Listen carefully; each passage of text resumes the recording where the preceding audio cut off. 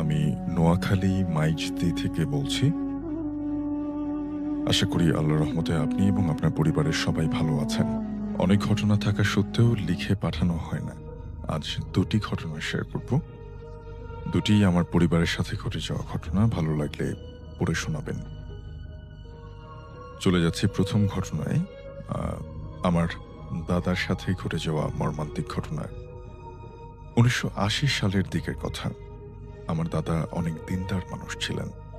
তিনি ৫ ওয়াক্ত নামাজ মসজিদে পড়তে স্বাচ্ছন্দ্য বোধ করতেন। তাই নামাজ শেষ করে দেরিতে বাড়ি ফিরতে দেরিতে বাড়িতে ফেরা নতুন কোনো ব্যাপার ছিল না। তবে বলে রাখা ভালো যে দাদার মাছ ধরারও অনেক নেশা ছিল। তাই যখনই সময় পেত দাদা বড়শি নিয়ে চলে যেত মাছ ধরতে। একদিন দাদা এশার নামাজ পড়ে বাড়ি ফিরতে অন্যান্য দিনের চেয়ে একটু বেশি দেরি হয়ে যায়। একটি বৈঠক শেষ করে আসতে হয়। দাদা যেই রাস্তা দিয়ে বাড়িতে ফিরতেন সেই রাস্তার মাঝখানে একটা বাঁশঝাড় পড়ত। কিন্তু কখনো কোনো সমস্যায় পড়েননি। সেদিন বাড়িতে ফেরার সময় দাদা অন্যান্য দিনের মতোই দোয়া কালাম মনে মনে জপতে বাড়িতে যাচ্ছিলেন। তিনি হঠাৎ অস্বাভাবিক কিছু অনুভব করতে পারেন। তখন তিনি খেয়াল করে দেখেন যে তিনি বাঁশঝাড়ের সামনেই অবস্থান করছেন, কিন্তু তিনি বাঁশঝাড় পার হতে পারছিলেন না। সামনে কিছু একটা তাকে বাধা দিচ্ছিল। আর গ্রামের দিকি এলাকায় হওয়ায় সেখানে তখন পর্যন্ত ল্যাম্পপোস্ট বা রাস্তায় কোনো আলোর সুবিধা ছিল না। তাই হাতে টর্চ নিয়ে সন্ধ্যার পর চলাফেরা করতে হতো। টর্চের আলো দাদা বাঁশঝাড়ের উপরে মারতেই তিনি ভয়ংকর একটা দৃশ্য দেখলেন। সাদা কাপড় পরা একটা অবয়ব, চেহারা বোঝা যাচ্ছে না, কিন্তু চোখ দুটো জ্বলজ্বল করে জ্বলছিল। এই অবয়বটা অবিশ্বাস্য রকম ভীষণ লম্বা চুল রাস্তার উপরে দিয়ে বাগানের ভেতরে গিয়ে শেষ হয়েছে, যার জন্য দাদা রাস্তা পার হতে পারছিলেন না। অর্থাৎ বাগানের ভেতরে তিনি দেখলেন যে আলো, তিনি যেতে পারছিলেন না। তিনি লাইট মারতেই দেখলেন যে একটা সাদা অবয়ব, যেটা ভীষণ ভয়ংকর রকম চেহারা। কিন্তু চেহারাটা অতটা বোঝা যাচ্ছিল না। তার আ কাপড়, আচ্ছা, তার চুল যেটা কিনা অনেক লম্বা, সেটা রাস্তার উপরে এমনভাবে আছে যার জন্য দাদা যেই রাস্তাটা দিয়ে যাচ্ছিলেন সেটা একেবারে ব্লক হয়ে গেছে। তো এজন্য দাদা রাস্তা পার হতে পারছিলেন না। কিন্তু দাদা সেটাকে চুল সরাতে বললে সে কিছুতেই চুল সরাতে চায় না। অর্থাৎ আগেরকার মানুষ অনেক সাহসী ছিলেন। তখন তারা যেটা বলেন যে প্রায় সময়ই আসলে জিন বা অশরীরী দেখা পাওয়া যেত। যেহেতু লোকবসতি তেমন একটা ছিল না, অনেক জায়গাতেই তাদের হাঁটাহাঁটি হতো।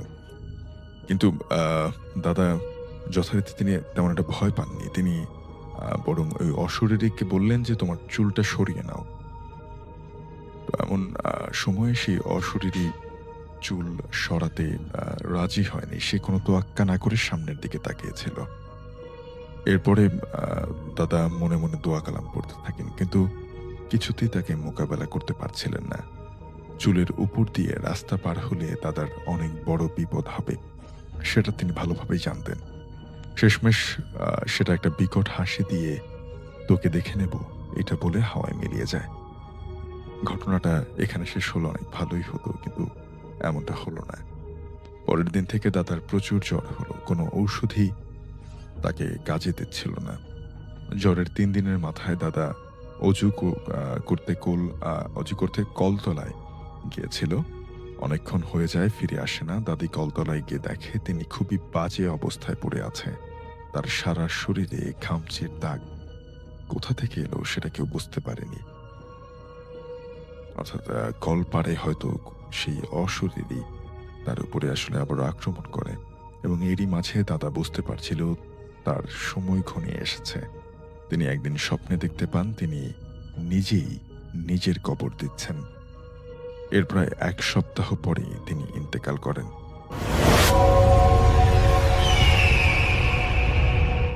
আমি কে.এম. জাহিদ, মাদারীপুরের কালকিনি থানায় আমার বাসা। আমি এর আগে ঘটনা পাঠিয়েছি, সেটা পড়ে শোনাইয়েছেন তার জন্য আপনাকে অনেক, অনেক ধন্যবাদ। এই ঘটনাটা আমার দুলা ভাইয়ের সাথে ঘটে গেছে।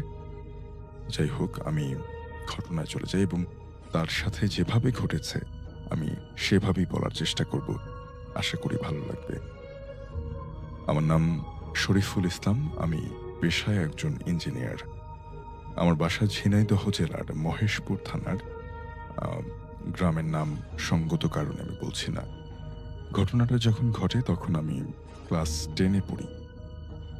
আমার বাবা চাকরি করত, তাই আমাদেরকে ঢাকায় থাকতে হতো। কিন্তু দাদা ও দাদি থাকতো গ্রামে। সেই সময়টায় বর্ষাকাল, পুরো গ্রামটি থই, থই করছে। হঠাৎ একদিন আমি কি মনে করে গ্রামের বাড়িতে যাই। কয়েকদিন ঘুরে আসবো এই বলে। পাশের বাড়ির একজন কাকা ছিল, তার নামটাও বলতে পারছি না কারণ তার অনুমতি নেই। তিনি ছিলেন আমার থেকে ২-৩ বছরের বড়, মানে খুব একটা ব্যবধান না। কাকা রাতে একদিন বললেন যে, "চল মাছ মারতে যাব।" আমি তো এক পায়ে রাজি, কারণ একটু দুষ্টু প্রকৃতির ছিলাম আমি। যেই কথা সেই কাজ। লাইট আর কোঁচ নিয়ে আমরা বের হলাম। মাছ শিকার করতে, যাকে বলে আলো কোপানো, মানে রাতে আলো দিয়ে কোচের সাহায্যে মাছ শিকার। মাছ ধরতে, ধরতে মাঠের মাঝ থেকে কখন যে আমরা নদীর পাড়ে চলে এসেছি সেটা আমাদের খেয়াল নেই। হঠাৎ কাকা বলল, "শরীফ দেখ, একটা চন্দন কাঠ।" আমিও তাকিয়ে দেখলাম যে একটা কাঠ ভেসে আছে। কাকা বলল, "এই কাঠটা বাড়িতে নিয়ে যাই।" আমি বললাম, "আরে না, এই কাঠ নিয়ে কি করব আমরা?" ও একটা কথা বলতে ভুলে গেছি যে আমরা ভেলা নিয়ে মাছ শিকার করতে এসেছি। কাকা বলল যে কথা না বাড়িয়ে কাঠটা তুলে নেয়। কিন্তু কাঠ নিতে হলে ভেলা থেকে নেমে নদীর পাড়ে যেতে হবে।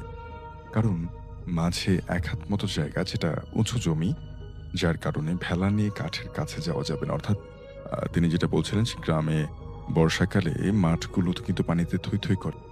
প্রায় ৩ হাত আ বা মতো বা ৩ ফিট মতো আসলে পানি জমে যায়। তো সেটার উপরে ভেলা নিয়ে ভেসে, ভেসে অনেকেই মাছ শিকার করে থাকেন। তেমনটাই তারা করছিলেন।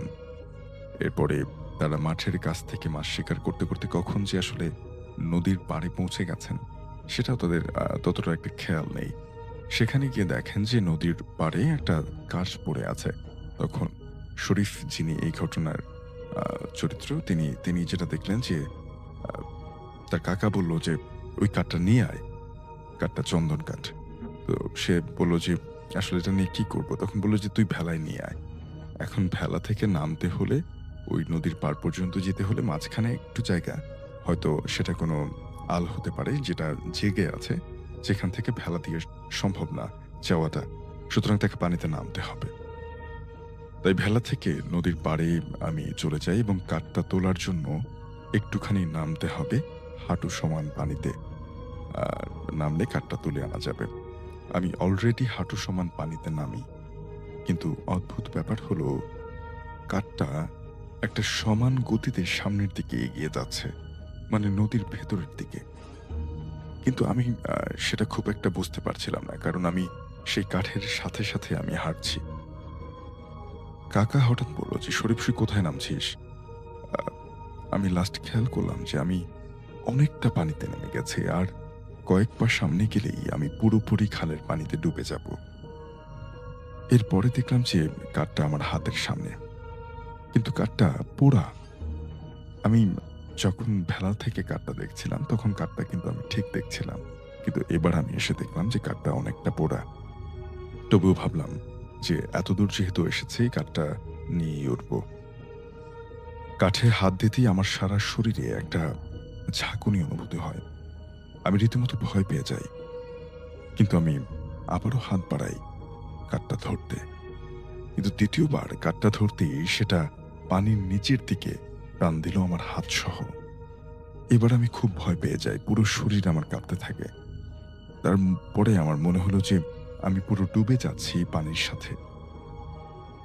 তখন আমার মনে পড়ল যে এখানে একটা হিন্দু পাড়া রয়েছে এবং মাঝে, মাঝে এখানে মানুষ পোড়ানো হয়। তার মানে হচ্ছে এটা শ্মশানের কাঠ। আমি উঠে আসি ভেলায় এবং কাকাকে বলি, "কাকা, এটা তো পোড়ানো কাঠ শ্মশানের।" চলো এই কাঠটা আর নেওয়ার দরকার নেই। কিন্তু আমি যে ভয় পেয়েছি সেটা কাকাকে আর বলি না। আর ওটা ছিল একটা অস্থায়ী শ্মশান। অর্থাৎ ২-১ টা পরিবারের লাশ ওখানে পোড়ানো হয়। আসলে কিছু গোত্র রয়েছে হিন্দুদের মধ্যে, হিন্দু সমাজে যাদেরকে আসলে আ কিছু রিচুয়াল মেনে আ দাহ করানো হয়। চিতায় এই চন্দন কাঠের ব্যবহার করা হয়, যেটা আমি শুনেছি অনেক জায়গায়। তো আ তিনি যেটা বলছেন এখন আমি নিশ্চিত হলাম যে একটা অস্থায়ী শ্মশান সেখানে, অর্থাৎ হতে পারে সেই বিশেষ গোত্রের যারা রয়েছেন তাদের জন্য আসলে সেই শ্মশান ঘাটটি তৈরি হয়েছিল।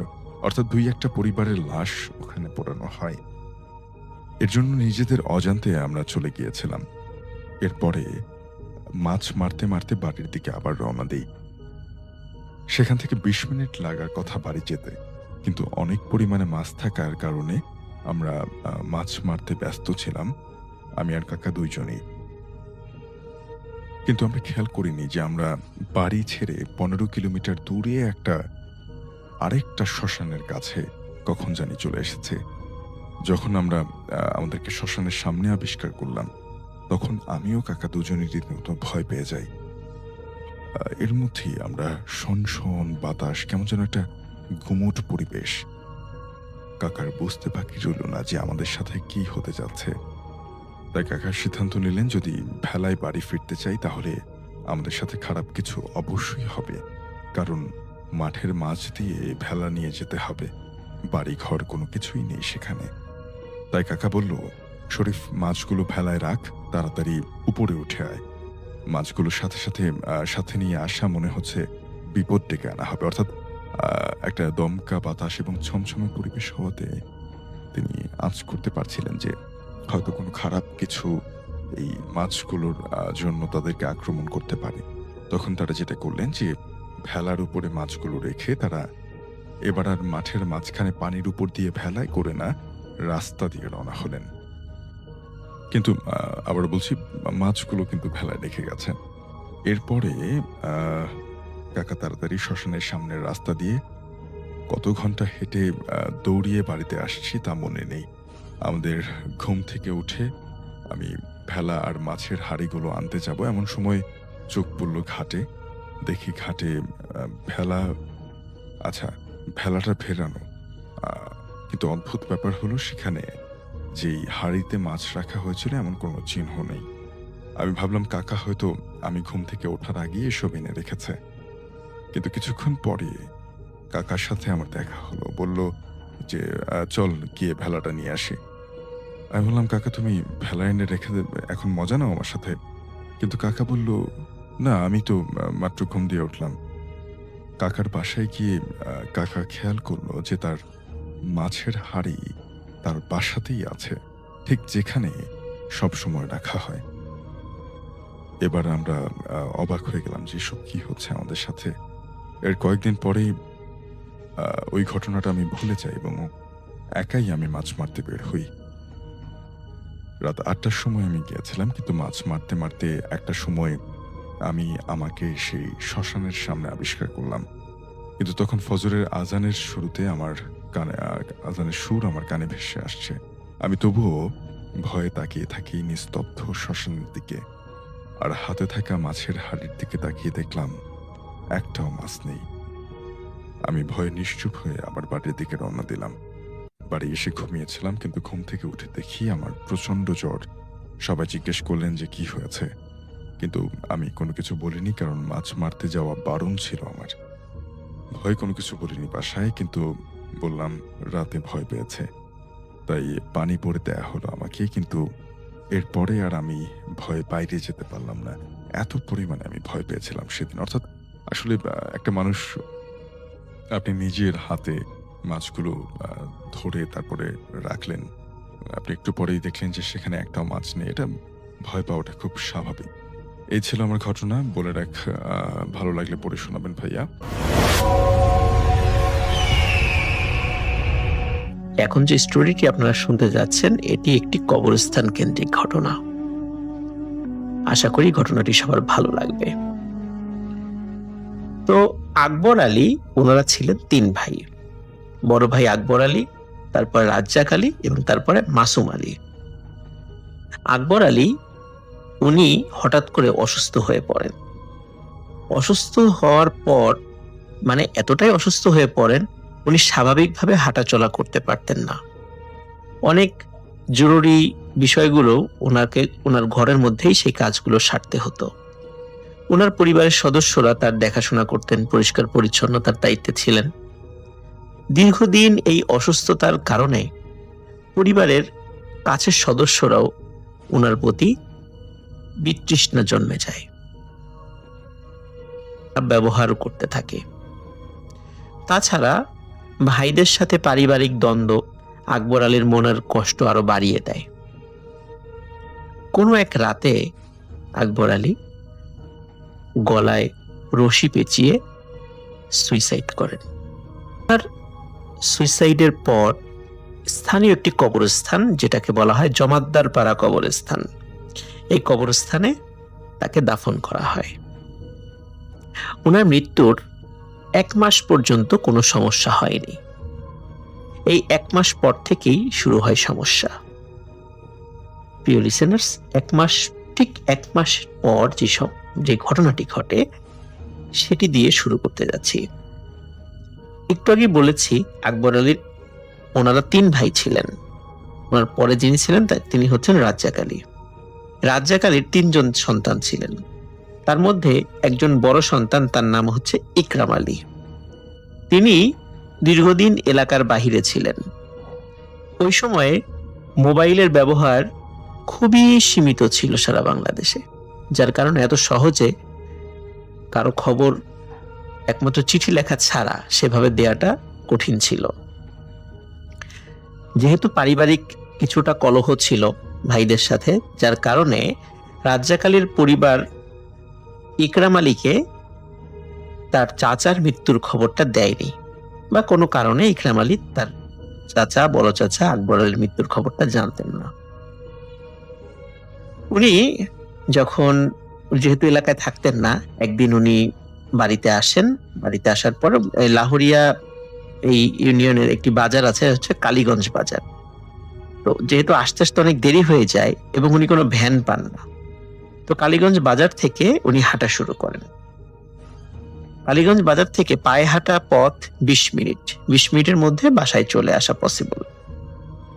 হাঁটতে হাঁটতে প্রথমে একটি ইটের ভাটা পড়ে। এটাকে ইদ্রিস জমাদ্দারের ভাটা বলে এলাকায় পরিচিত। এই ভাটা থেকে বাড়ি খুব কাছে, তো ভাটা পর্যন্তই সাধারণত ভ্যান গাড়ি আসে, এরপরে আসে না। এরপর একটা খাদের মতো আছে, যার কারণে ভ্যান গাড়ি ওদিকে নামতে পারে না। বাকি পথটা পায়ে হেঁটে আসতে হয়। যেহেতু উনি ভ্যান পাননি, পুরো পথটা ওনাকে পায়ে হেঁটে আসতে হচ্ছিল। উনি যখন এই ইদ্রিস জমাদ্দারের ভাটা পার হয়ে হাঁটতে হাঁটতে জমাদ্দার পাড়া কবরস্থানের কাছে আসেন, হঠাৎ করে উনি খেয়াল করছেন যে পেছনে একজন মানুষ হাঁটছে। উনি বলেন, এই কে ওখানে? ওখানে কে? কয়েকবার বলার পরও কোনো সাড়া শব্দ আসছিল না, কিন্তু উনি দেখতে পাচ্ছিলেন যে পেছনে একজন মানুষ হেঁটে হেঁটে আসছে। কিছুটা ধমকের সুরে বললেন যে, কে? কথা বলো না কেন? থেকে আওয়াজ আসে, ভাতিজা, আমি তোর চাচা আকবর আলী। বলে, চাচা আপনি এত রাত্রে এখানে? বলে, হ্যাঁ, একটু কাজে আসছিলাম, কলই বুনেছি তো একটু পাহারা দিতে আসছিলাম, অনেকে চুরি করে নিয়ে যায়, তো এদিক দিয়ে হাঁটাহাঁটি করছিলাম, বাড়ির দিকে যাচ্ছিলাম। বাড়িটা খুব কাছেই ছিল। কিছু জিজ্ঞাসা করলো আকবর আলী তার কাছে, ইকরাম আলীর কাছে, যে কোথায় কাজ করতেছে এখন, কি খবর, কেমন, পরিবারের লোকজন কেমন আছে, এভাবে জিজ্ঞেস করছিল। যখন বাসার ঠিক কাছে চলে আসে, আসার পরে ইকরাম আলী বলে যে, চাচা আপনি চলে যান, আমি এখন যেতে পারবো। ঠিক এই কথা বলেই সে যখন পেছন দিকে ঘোরে, তখন দেখে আকবর আলী নেই। এখানে একটা বিষয় বলে রাখা ভালো, ইকরাম আলী একটা অদ্ভুত বিষয় খেয়াল করছিল। আকবর আলী সবসময় তার পেছন দিকে ছিল, কখনোই হাঁটতে হাঁটতে পাশাপাশি হাঁটছিল না। যখনই ইকরাম আলী হাঁটার গতি একটু কমিয়ে দেয়, খেয়াল করে আকবর আলীও হাঁটার গতি কমিয়ে দিয়েছে। বিষয়টি তিনি একটু অস্বাভাবিকভাবে নিয়েছেন, কিন্তু সেটা কোনো ভৌতিক বা প্যারানর্মাল বিষয় হিসাবে না।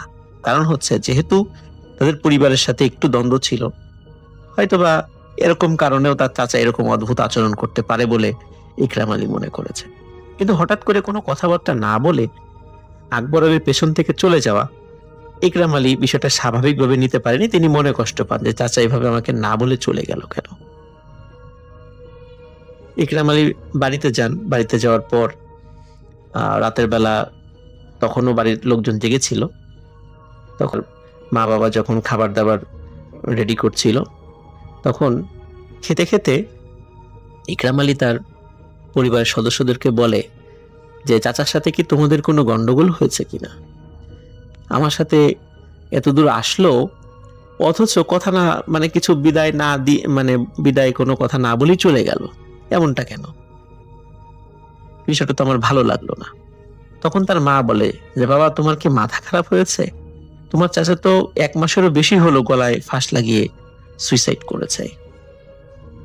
এ কথা শোনার সাথে সাথে ইকরাম আলী খুবই ভয় পেয়ে যায়। বলে, তাহলে আমি এতটা পথ কার সাথে আসলাম? প্রিয় লিসেনার্স, ঘটনাটির শুরু কিন্তু এখান থেকে মানে হচ্ছে প্যারানর্মাল বিষয়টার শুরু এখান থেকেই। এরপরে সামনে আরো ভয়ঙ্কর ঘটনা ঘটতে যাচ্ছে। এর ঠিক কিছুদিন পরে আরেকটি ঘটনা ঘটে। সেটা হচ্ছে আলামিনের দাদার আপন ছোট ভাইয়ের ছেলে, তার নাম হচ্ছে ওহিদ আলী, যিনি যশোর জুট মিলে কাজ করতেন। একদিন যশোর থেকে তাড়াতাড়ি কাজ সেরে, তিনি যশোরেই থাকতেন, কাজ সেরে বাড়িতে আসার জন্য রওনা দিয়ে ওই দিন আবার কালীগঞ্জ বাজারে হাটের দিন ছিল। তো হাট থেকে তিনি অনেকগুলো কই মাছ কেনেন। হাটে অনেক পরিচিত লোকদের সাথে দেখা হয়, তাদের সাথে গল্প গুজব করতে করতে বেশ দেরি হয়ে যায়। রাত তখন প্রায় 9টা বাজে। একটি ভ্যানে উনি রওনা দেন বাড়ির উদ্দেশ্যে। ইদ্রিস জমাদ্দারের ইটের ভাটা পর্যন্ত ভ্যান আসে, একটু আগে আমি বলেছি। সেখান থেকে ভ্যানকে বিদায় দিয়ে উনি বাজারের ব্যাগ, যার মধ্যে কই মাছ ছিল, সেটি নিয়ে হাঁটতে শুরু করেন। ওই দিন আকাশ থেকে গুড়ি গুড়ি বৃষ্টি নামছিল, তাই পথ কিছুটা পিচ্ছিল ছিল। উনি যখন হাঁটতে হাঁটতে কবরস্থানের কাছে আসেন, হঠাৎ করে পা পিছলে তিনি পড়ে যান এবং তার হাতে থাকা ব্যাগের মধ্য থেকে বিভিন্ন জিনিসপত্র, কই মাছগুলো ছড়িয়ে ছিটিয়ে যায় এবং কই মাছগুলো রাস্তার এপাশ ওপাশ লাফালাফি করতে থাকে। ওনার হাতে একটি টর্চ লাইটও ছিল, 2 ব্যাটারির একটি টর্চ লাইট। তিনি ওই টর্চ লাইট জ্বালিয়ে কই মাছগুলো এবং অন্যান্য বাজারগুলো খুঁটে খুঁটে ব্যাগের মধ্যে রাখছিলেন। হঠাৎ উনি দেখেন কে যেন ওনার পাশে বলছে, কি ওহিদ, কেমন আছো? বলে, হ্যাঁ কাকা, ভালো আছি। বলে, এত রাত্রে কোত্থেকে আসলা? বলে, এই তো কাকা, একটু বাজারে ছিলাম, বাজারে গল্প গুজব করতে করতে দেরি হয়ে গেল। বলে, তোমার কই মাছ পড়ে গেছে, আমি তোমাকে সাহায্য করছি, আমি তোমাকে তুলে দিচ্ছি। তখন ওহিদ আলীর মনে পড়ে, আরে এ তো আকবর চাচা, উনি না মারা গেছেন? আমার কই মাছ তুলে দিচ্ছেন ইনি। যখনই এই চিন্তাটা তার মাথায় এসেছে, উনি প্রচন্ড জোরে এক চিৎকার দিয়ে বাড়ির দিকে দৌড় দেন। বাড়ির উপরে গিয়ে উনি পড়ে যান। সবাই চলে আসে, কি হয়েছে? তখন সব ঘটনা খুলে বলেন। তখন সবাই মিলে আবার কবরস্থানের কাছে যাওয়া হয়। গিয়ে দেখেন সেই বাজারগুলো পড়ে আছে ছড়িয়ে ছিটিয়ে, কিন্তু কোথাও আর আকবর আলীকে দেখা যাচ্ছে না। প্রিয় লিসেনার্স, এই ঘটনার পর থেকে আর কিছু অদ্ভুত ঘটনা ঘটতে থাকে ওই পরিবারের সাথে। যেমন ওই পরিবারের লোকজন, স্পেশালি আকবর আলীর পরিবারের লোকজন, রাতের বেলা কোনো কারণে ওয়াশরুমে যাওয়ার জন্য যদি বের হতো বা অন্য কোনো কারণে যদি বের হতো, অধিকাংশ সময় হঠাৎ করে তার নাম ধরে যিনি গিয়েছেন তার নাম ধরে ডাকতো, যে কি মনি, কি করো, এভাবে নাম ধরে ডাকতো এবং বলতো যে আমি খুব কষ্টে আছি, আমার উপর তোরা এরকম অবিচার কেন করলি, কেন আমাকে এত কষ্ট দিলি, আমি কবরে ভালো নাই। এইভাবে উনি কথা বলতেন। ওনার পরিবারের অনেকেই এরকম রাতের বেলা ভয় পেতেন, কখনো দূর থেকে দেখতেন, কখনো শুধু শব্দ শুনতেন। এই ঘটনাগুলো শুধু আকবর আলীর খুব নিকট আত্মীয় স্বজনদের সাথেই ঘটতে থাকে, অন্য কোনো মানুষদের সাথে এই ঘটনা ঘটেনি। এরপরে আরো একটি ঘটনা ঘটে। আকবর আলী এবং রাজ্জাক আলী, মাসুম আলী এবং অত্র এলাকার লোকজন তাদের জমিতে কলই নামক এক ধরনের ফসল বুনতেন। কলই, মসুরির ডাল, এই ফসলগুলো বুনতেন। তো এমন একটি সময় আসলো যখন কলই পেকে গিয়েছে, মানে তখন তোলার সময়। কিন্তু সমস্যা হলো যে এগুলো রাত্রেবেলা চুরি হয়ে যেত। একদিন এশার নামাজের পর এই আলামিনের মেজ কাকা, মানে যিনি এই ঘটনাটি আলামিনকে দিন, মেজ কাকা, আলামিনের দাদা এবং আরো কয়েকজন মিলে এশার পরে খাওয়া দাওয়া করে চিন্তা করলেন যে আমরা রাত্রেই আজকে সব কলই তুলে ফেলবো আমাদের ক্ষেত থেকে, কারণ চুরি হয়ে যেতে পারে। আবার যদি হঠাৎ করে রাত্রেবেলা বৃষ্টি হয় তাহলে আরো ঝামেলা হয়ে যাবে।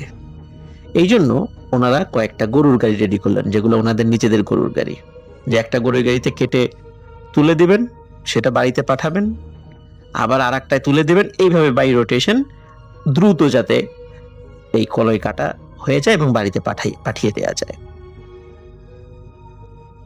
আলামিনের মেজ কাকা উনি একটি গরুর গাড়িতে উঠলেন এবং কলই ভর্তি গরুর গাড়ি নিয়ে উনি বাড়ির দিকে যাওয়া শুরু করলেন। অন্যরা তারা মাঠে কলই কাটছিল রাতের বেলা। গাড়িটি যখন চলতে চলতে ঠিক কবরস্থানের কাছে চলে আসে, হঠাৎ করে আলামিনের মেজ কাকা লক্ষ্য করে দূরে কি যেন একটা আবছা আবছা দেখা যাচ্ছে, আর এই গাড়িটি অস্বাভাবিক রকমের নড়াচড়া শুরু করেছে এবং সামনে থাকা দুটি গরু মনে হচ্ছে ওরা ভয়ঙ্কর কিছু দেখেছে, ওরা প্রচন্ড জোরে ছোটাছুটি শুরু করে দিয়েছে, এলোপাথারি ছোটাছুটি, এবং এত বেশি মাত্রায় এলোপাথারি ছোটাছুটি শুরু করে দিয়েছে যে গরু দুটি তাদের দড়ি ছিঁড়ে গাড়িটিকে রাস্তার এক পাশে ফেলে রেখে দৌড়ে বাড়ির দিকে চলে গেছে। গাড়িটি রাস্তার এক পাশে পড়ে যায়। আলামিনের মেজ কাকা কিছুটা চোট পান। রাস্তার পাশেই ছোট ছোট কয়েকটি তাল গাছ ছিল। আলামিনের কাকা লক্ষ্য করেন এই তাল গাছের চতুর্দিকে ছোট ছোট কিছু বাচ্চারা খেলাধুলা করছে। 2 থেকে 3 বছর বয়সী বাচ্চারা হবে। এবং অদ্ভুত ব্যাপার হলো এই বাচ্চাগুলো হাতে স্টিলের বাসন নিয়ে চামচ দিয়ে ঝনঝন ঝনঝন শব্দ করছে, যেমন আমরা প্লেটের উপর একটা চামচ দিয়ে ছোটবেলায় শব্দ করতাম, ঠিক এমন শব্দ করছে, অস্বাভাবিক রকমের শব্দ। উনি বুঝতে পারলেন ভয়ঙ্কর কিছু উনি দেখছেন, এটা কোনো স্বাভাবিক বিষয় নয়। উনি প্রচন্ড ভয় পেয়ে একটি চিৎকার দিলেন। ওনার চিৎকারে ওনার বাড়ির লোকজন দ্রুত চলে আসে, কারণ ওনার বাড়িটি ওই কবরস্থানের খুব কাছেই ছিল। উনি চিৎকার দিয়ে সেন্সলেস হয়ে পড়ে যান। ওনার বাড়ির লোকজন এসে তাকে উদ্ধার করে। উদ্ধার করার পর ওনার জ্ঞান ফেরার পরে সব ঘটনা খুলে বলেন যে হঠাৎ করে কবরস্থানের কাছে আসার সাথে সাথে গরুগুলো কেমন যেন উন্মাদের মতো চলাফেরা করছিল, তাদের আচরণ অস্বাভাবিক ছিল। এই ঘটনার পর আকবর আলীর ইমিডিয়েট ছোট ভাই রাজ্জাক আলীর সাথে আরেকটি ঘটনা ঘটে। রাজ্জাক আলী ওই দিন কোনো কারণে বাসায় ফিরতে দেরি হয়ে যায়। ওনার একটা বাইসাইকেল ছিল, সেই সাইকেলটি উনি ফিরছিলেন। রাজ্জাক আলী যখন সেই জমাদ্দারপাড়া কবরস্থানের কাছে চলে আসেন, উনি হঠাৎ খেয়াল করেন যে কবরস্থানের পাশে যে মাঠ রয়েছে, এই মাঠে একটি গরুর গাড়ি রয়েছে, কিন্তু গরু নেই, গরুর গাড়িটি জাস্ট এমনি মাটির উপর রয়েছে এবং এই গাড়ির উপরে কে যেন হাত পা ছড়িয়ে শুয়ে রয়েছে। উনি অবাক হন, কি ব্যাপার? চাঁদের আলো উনি দেখতে পাচ্ছেন যে একটা মানুষ সেখানে হাত পা ছড়িয়ে শুয়ে রয়েছে, লুঙ্গি পরা, খালি গায়ে। উনি বলেন, কে ওখানে? দুইবার বলার পর আওয়াজ আসে, ভাই আমি আকবর, তোর ভাই। তোরা তো আমাকে বাড়িতে থাকতে দিলি না, কবরের মধ্যে অনেক গরম রে, আর সহ্য করতে পারছিলাম না, তাই উঠে আসলাম। বাইরে অনেক বাতাস, তাই না? যখনই এইটা উনি শুনতে পান রাজ্জাক আলী, তখন উনি প্রচন্ড চিৎকার দিয়ে সাইকেল ফেলে বাড়ির দিকে দৌড়তেন। বাড়ির সদস্যরা ওনার অপেক্ষায় ছিল, রাত হয়ে গিয়েছিল যেহেতু।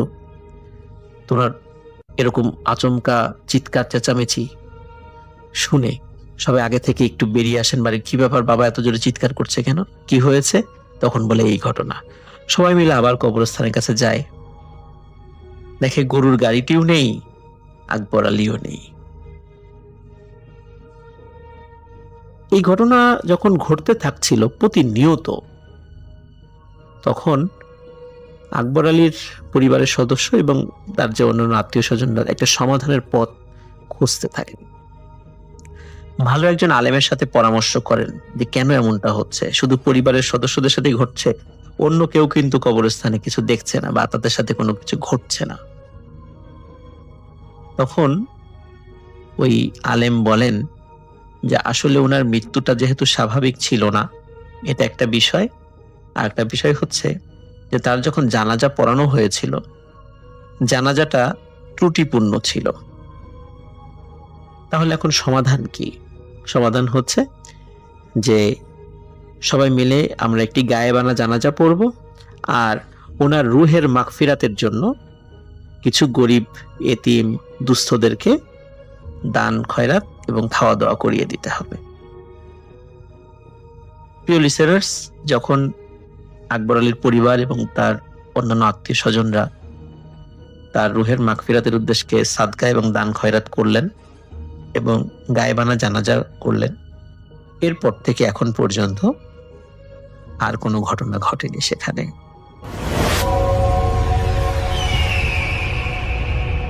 আসসালামু আলাইকুম রাসেল ভাই, ঈদ মোবারক।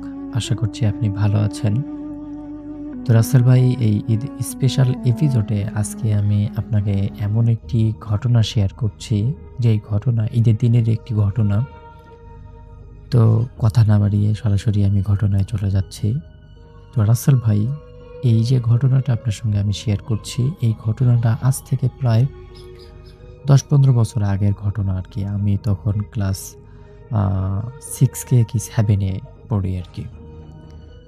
তো রাসেল ভাই, কোরবানি ঈদের দিনে আসলে আনন্দটা কেমন হয়, একদিন থেকেই শুরু হয়। যেমন রোজার ঈদের আনন্দটা রোজার প্রথম দিন থেকেই কিন্তু শুরু হয়, কিন্তু কোরবানি দিনের আনন্দটা কোরবানির যেদিন করা হয় সেদিন থেকেই কিন্তু শুরু হয়।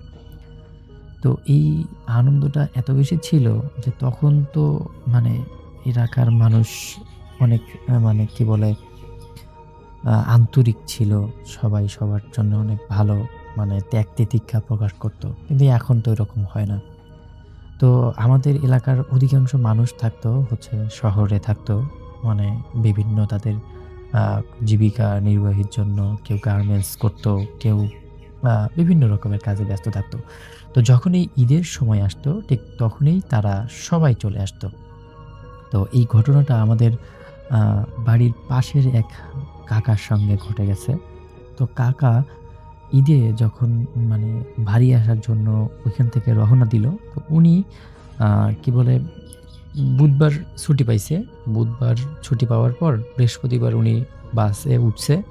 আ এইখানে আসলে উনি শুক্রবারে হচ্ছে এখানে উপস্থিত হবে। আ তাহলে হচ্ছে শনিবারেই উনি জামাতে অংশগ্রহণ করবে আরকি ঈদের নামাজে। তো রাসেল ভাই, আপনি একটা বিষয় জানেন যে আমাদের উত্তরাঞ্চলে যখন মানে বাস বলেন বা ট্রেন বলেন, এই জিনিসগুলা কিন্তু ঈদের সময় অনেক বেশি জ্যাম হয়। অনেক বেশি আ মানে কি বলে, এটা নিয়ে অনেক বেশি ঝামেলা হয় আরকি। তো এইজন্য আমার কাকা একদিন আগেই বের হয়ে গেছিল। কিন্তু ট্রেনে এত বেশি মানে সমস্যা ছিল যে উনার বাড়ি আসতে মানে উনি বুধবার উঠছে সকাল ১০ টার দিকে। বাড়ি আসার কথা হচ্ছে রাত ৮ টার দিকে। কিন্তু সেই ট্রেনটা তাকে বাড়িতে পৌঁছে দিয়েছে রাত প্রায় তখন ৩ টা বাজে। তো এত ৩ টা বাজে উনি তো আ মানে বাড়ির লোকজনও এত রাত্রে ওখানে যায়নি, সবাই ঘুমিয়ে পড়েছে। আবার আ মানে কাকাও কাউকে দেখা পাচ্ছে না ট্রেন থেকে নামার পর। এরপর কাকা দেখলেন ওই ট্রেন স্টেশনে একজন জীর্ণশীর্ণ বৃদ্ধ মানুষ তার কি বলে রিক্সা নিয়ে ওখানে বসে আছে আরকি। তো আমার কাকা তাকে গিয়ে বলল যে, "ফুলবাড়ি যাবেন?" তো ওই বৃদ্ধ বলল যে, "হ্যাঁ, যাবো। যাওয়ার জন্যই তো এখানে বসে আছি।" তো আমার কাকা কোনো দাম ঠিক করলেন না। কারণ এত রাত্রের ভাড়া একটু বেশি দিতেই হবে। তো উনি কোনো কথা না বলে সোজা রিকশায় উঠলেন এবং বললেন যে, "কাকা চলেন যাই।"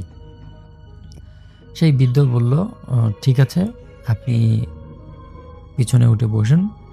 আ আমরা যাচ্ছি।" তারপর কাকা যখন রিক্সাতে উঠলেন, তো রাসেল ভাই একটু কথা বলে রাখি যে তখন কিন্তু পায়ের রিক্সা, পা চালিত রিক্সা, অটোরিক্সা অতটা এভেইলেবল ছিল না। তো এই বৃদ্ধ যখন আরকি রিক্সা চালাচ্ছে, মানে দেখে মনে হচ্ছে না যে উনি বৃদ্ধ। কারণ উনি এত স্পিডে ওই রিক্সা চালাচ্ছেন, আমার কাকা অবাক হয়ে যাচ্ছে যে আসলে এত এনার্জি এই বৃদ্ধ কোথায় পাচ্ছে? তো আমার কাকা ভাবলো যে হয়তো আজকে কি মানে এত রাত হইছে, রোড তো ফাঁকা, তারপর আমার তো তেমন ওজনও নেই। আর হয়তো কাকা অনেক শক্তিশালী মানুষ। তো যাই হোক, উনি কোনো কথাবার্তা না বলে উনি উনার মতো বসে আছে আর রিক্সা যাচ্ছে।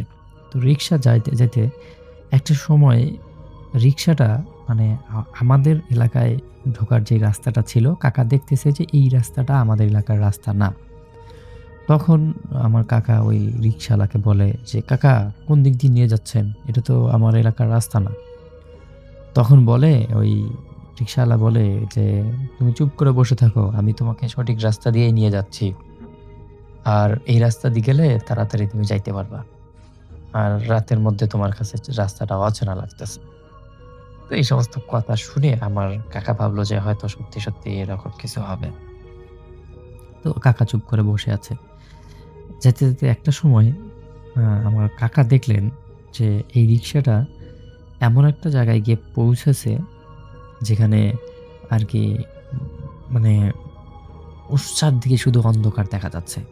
মানে রাতের একটা মানে অভাবে মানে রাতের একটা আমেজ আছে না? ঈদের আমেজ, রাত ৩টা বাজলেও একটা মানুষের একটা কি বলে আলো কোথাও জ্বলবে, কোথাও একটু লাইট-টাইট দেখা যাবে। এরকম কোনো কিছুই দেখা যাচ্ছে না। সম্পূর্ণ ভিন্ন একটা জায়গা মনে হচ্ছে। আমার কাকা বললেন, "আ কি মামা রিক্শাওয়ালা কাকা, আপনি আমাকে কোথায় নিয়ে আসলেন?" তখন এই রিক্শাওয়ালা কোনো কথা বলছে না এবং রিক্শাওয়ালাটা হঠাৎ করে কেমন জানি একটু গোঙানি শুরু করছে। মানে এমন গোঙানি শুরু করছে যেটা আরকি অসহনীয়। তখন বললেন যে, "কাকা কি হইছে আপনার? আপনি এরকম করতেছেন কেন?" তখন ওই রিক্শাওয়ালা বলে যে, "আমি অ্যা মানে কি বলবে? উনি জরুরত ছাড়বে আরকি।" তো বললাম, "ঠিক আছে, আপনি যান, জরুরত ছাড়েন। এখানে এরকম করার কি আছে?"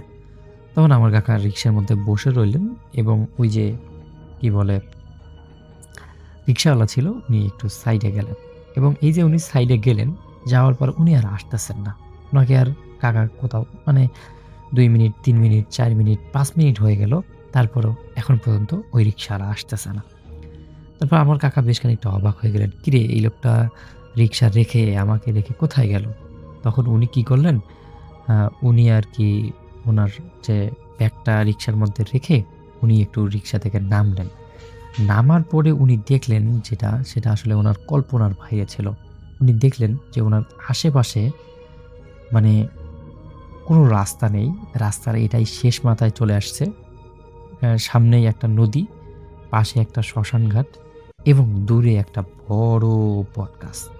এবং এই সমস্ত কিছু দেখে আমার কাকা আর কি কোনো কি বলে সেন্সে আর কি উনার কুলাইতেছে না যে কিরে এটা কি হলো তার সাথে?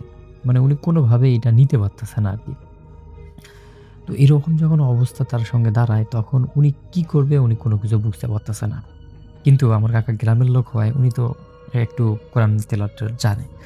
তো তখন উনি কি করলেন? উনি উনার যে আ মানে যতটুকু জানা আছে অতটুকু উনি পড়া শুরু করলেন। কিন্তু যেটা দেখলেন সেটা তার কাছে এত বেশি আ মানে আশ্চর্যজনক ছিল যেটা আরকি বলার বাইরে। উনি দেখলেন যে উনি যেই রিক্সাটার মধ্যে আসছেন, সেই রিক্সাটাও এখন দেখা যাচ্ছে না।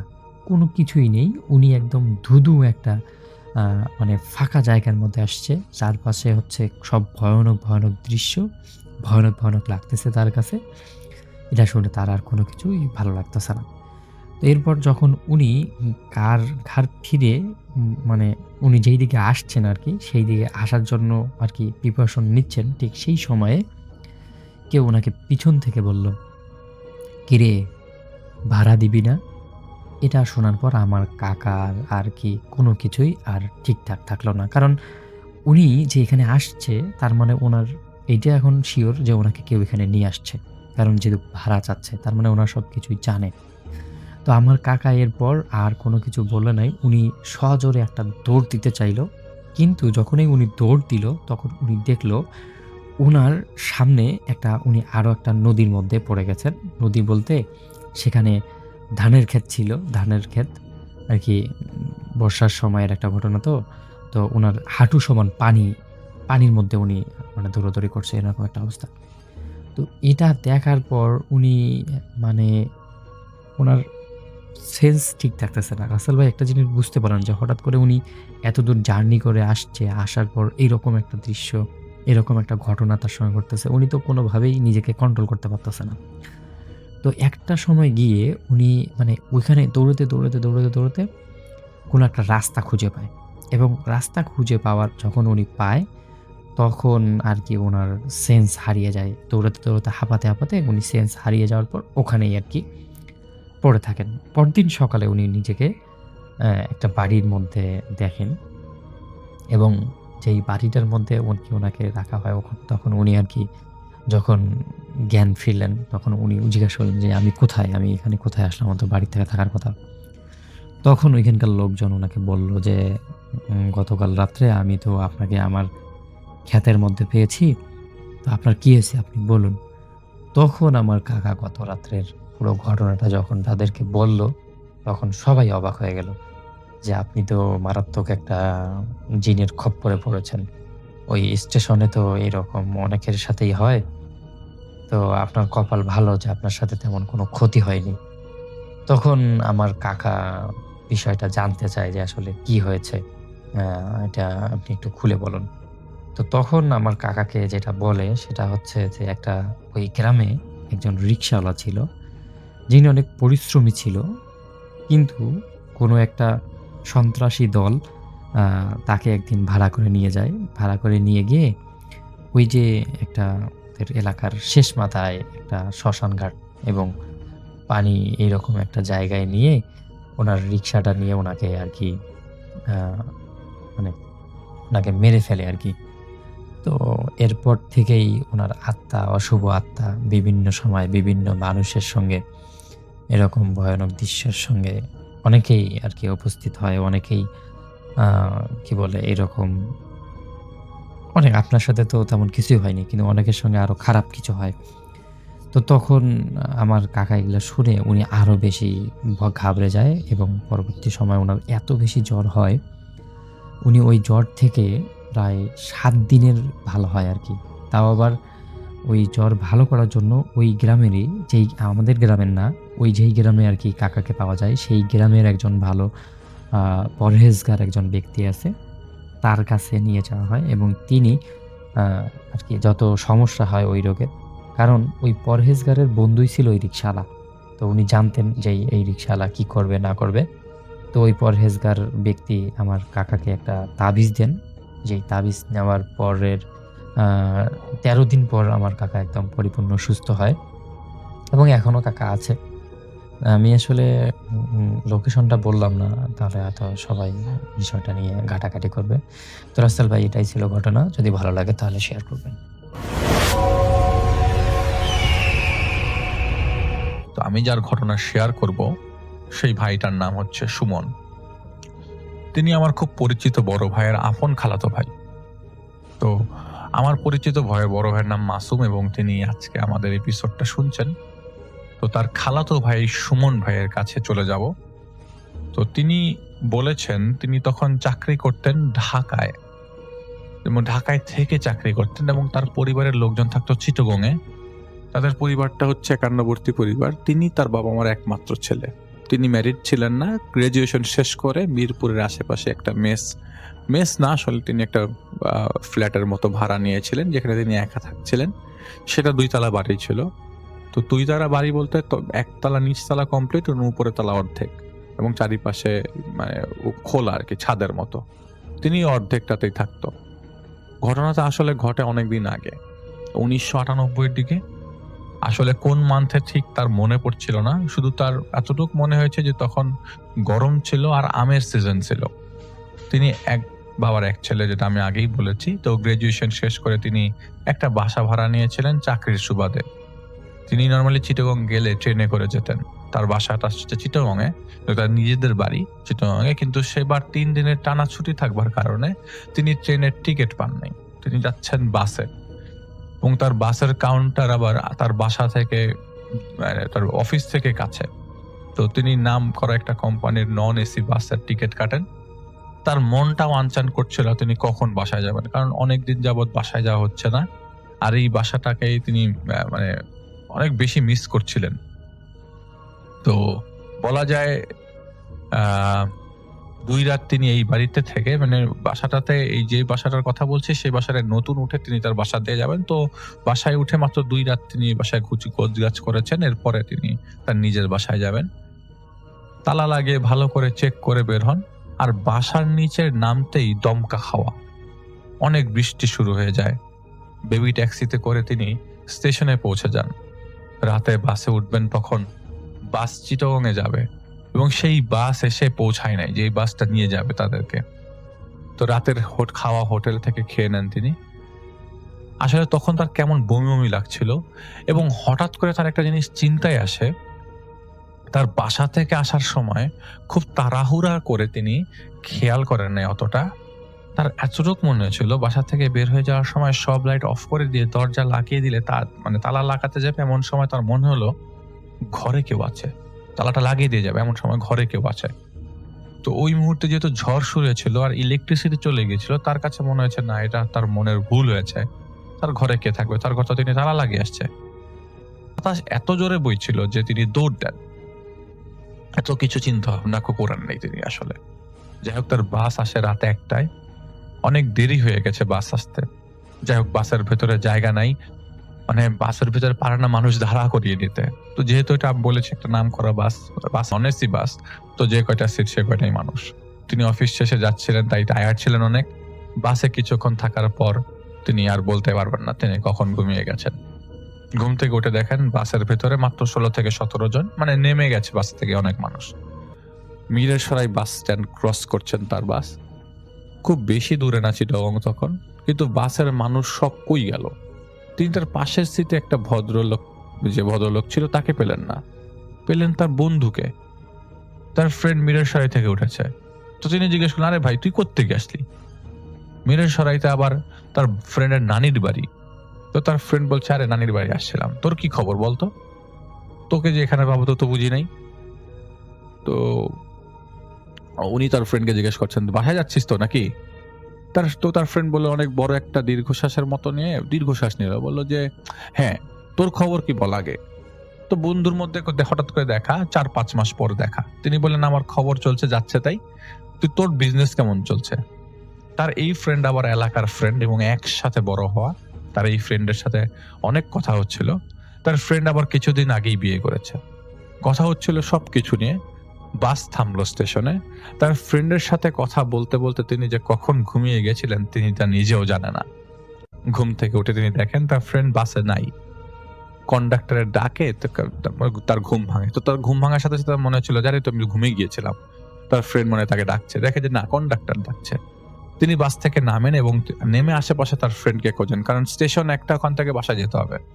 কিন্তু তার ফ্রেন্ডকে পাচ্ছিলেন না।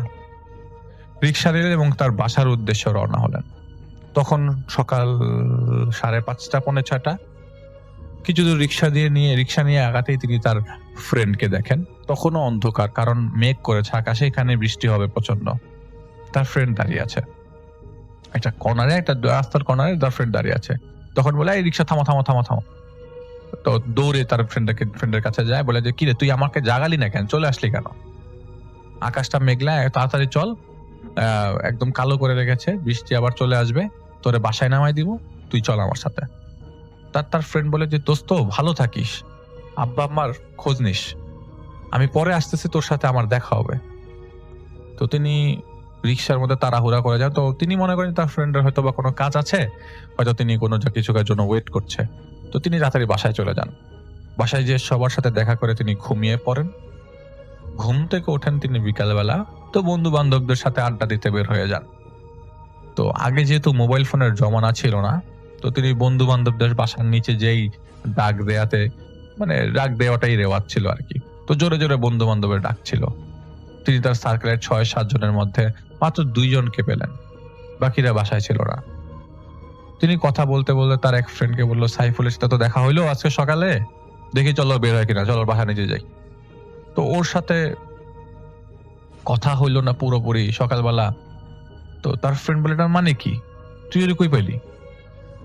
তো সুমন ভাই বলছে, ওর সাথে মিরের সরাইয়ের পরে দেখা হয়েছিল, বাসে আমার সাথে একসাথে উঠলো, একসাথেই তো আসলাম, কথা হইলো, বললো যে বিকালে দেখা হবে। তো আমরা এই বাস থেকে নামি সকালবেলা, তো ওই এলাকায় দাঁড়িয়ে থাকলো আর আসলো না আমার সাথে। এলাকাটার নামটা বলছি না। তখন বৃষ্টি ছিল প্রচন্ড। তো আমি তাড়াহুড়া করে চলে আসি বাসায়, ভিজে ভিজে একাকার অবস্থা। যাই হোক, চল আমার বাসায়, ওর বাসার নিচে যাই। তো ওনার ওই বাসার নিচে যায় এবং ওই তার ফ্রেন্ডকে ডাকে, জোরে ডাকে, কোনো সারা শব্দ নাই। একবার ডাকার পরপরই ওকে থামায় দেয়। ওই পাশের যে ফ্রেন্ডটা ছিল সুমন ভাইকে থামায় দেয়, বলে যে, চল তোকে উপরে নিয়ে যাই, সাইফুলের বাসায় নিয়ে যাই, চল। তো ওনারা সাইফুলের বাসায় যায়। বাসায় যাওয়ার পরে দেখে যে ওই বাসাটা তালা দেওয়া। তো ওই ওনার ফ্রেন্ড বলে যে, বাসায় হয়তো কেউ নাই, চল চায়ের দোকানে যাই। তো তার ফ্রেন্ড তাকে নিয়ে চায়ের দোকানে যায়। চায়ের দোকানে চা খেতে খেতে বলে, দোস্ত আমি তো তোকে একটা কথা বলি নাই, তুই তো সাইফুলের কথা বলতেছিলি, সাইফুলকে তুই পাইলি কেমনে বলতো একটু? তো সে বলে যে, দোস্ত আমি তো মিরের সরাইয়ের পরেও, নানির বললো যে নানির বাড়ির থেকে আসছে, নানির বাড়িতে গেছিল। তোর নানির বাড়ি তো আসলে মিরের সরাইতে। তো আমি মনে করলাম যে মিরের সরাইতে মনে হয় নানির বাড়িতে গেছিল, এখন মনে হয় যাচ্ছে, বাসাতে যাচ্ছে। তো আমি বুঝলাম না, ও আমাকে জাগালো না। কাহিনী কি বলতো, ও কি হয়েছে, তুই এরকম রিয়াক্ট করতেছিস কেন, প্লাস তোর মধ্যে এরকম জ্বালাতন দেখছি কেন, তুই কি কাহিনী, তুই এরকম করতেছিস কেন, আমাকে বারবার ওর কথা জিজ্ঞেস করতেছিস কেন? বলে যে, দোস্ত তুই কি জানিস কিনা জানি না, ও কিন্তু এই পৃথিবীতে নাই, ও কিন্তু মারা গেছে। 2 মাস হলো। তোকে আমরা জানানোর চেষ্টা করছি এবং তোকে খবর পাঠাইছি, চিঠি পাঠাইছি, তুই পাইছিস কিনা আমি জানি না। তো বললো, কি বলিস? বললো যে, হ্যাঁ, সুমন ভাইয়ের বাবার কথা বলছে, যে আঙ্কেলও তো জানে যে ও মারা গেছে, যে আঙ্কেল তো জানায়, কিন্তু তুই জানিস না, এটা তো তোকে বাসায় তুই জানিস না। বলে যে, দোস্ত আমি তো কিছুই জানি না। উনি আর চাটা খেতে পারলো না। উনি বললো যে, আমি তাহলে কাকে দেখলাম? ও আমাকে বারবার একটা কথা বলছিল, দোস্ত আব্বা আম্মার খেয়াল রাখিস। এটা কেন বলতেছিল বারবারও। আর ওর মধ্যে আমি কেমন একটা তাড়াহুড়া ভাব দেখলাম, ও জানি কোথায় চলে যেতে যাচ্ছে। বলে যে, দোস্ত আসলে কি বলবো বুঝতেছি না, তুই কিভাবে এই জিনিসগুলা দেখছিস বা তুই কিভাবে ওকে দেখছিস, আমরা আসলে খুব অবাক হচ্ছি। ওনার ফ্রেন্ডের মধ্যে বলা বলি চলতেছিল যে এটা কি হইলো, কিভাবে উনি দেখলো। কারণ ওনার ফ্রেন্ডরা তো সবাই জানে। এবং রাতের মধ্যে সব ফ্রেন্ডরা যখন চায়ের দোকানে আসলো, মোটামুটি সবার জানাজানি হয়ে গেল যে উনি এরকম কিছু একটা ফেস করেছে। তো সুমন ভাই বাসায় যান। বাসায় যাওয়ার পর উনি তো ওনার মাকে বলেন যে, মা বাবা তোমরা আমাকে বলবা না যে সাইফুল মারা গেছে? বলে, আমি তো মনে করছি তুমি জানো যে সাইফুল মারা গেছে। তো তার বাবা বলে যে না, তিনি বলে যে আমি তো জানবো কিভাবে, আমি তো জানি না, আমি জানলে তো এরকম কথা বলতাম না। তো তোমরা তো আমাদেরকে অ্যাটলিস্ট জানাবা যে সাইফুল মারা গেছে বা কিছু একটা। তোমাদের সাথে তো মাঝখান দিয়ে আমি টেলিফোনে কথা বলছি। তো তাদের বাসার মানে একটা টেলিফোনের ব্যবস্থা আছে বিল্ডিং এ। তো তাদের সাথে কথা বলা যায় আর কি। ফোন দিলে চাইলে ফোন দেয় আর কি, কথা বলা যায়। যাই হোক, উনি খুব মন খারাপ করে রাতের বেলা সেদিন চুপচাপ বিছানায় বসেছিলেন এবং বারবার চিন্তা করছিলেন, ও যদি 2 মাস আগে মারা যায় তাহলে স্মিরের সরাই উঠলো কিভাবে, আমার সাথে বাসে উঠলো কিভাবে। আর বারবার একটা কথা বলছিল যে দোস্ত তুই আমার বাবা মার খোঁজ খবর নিস।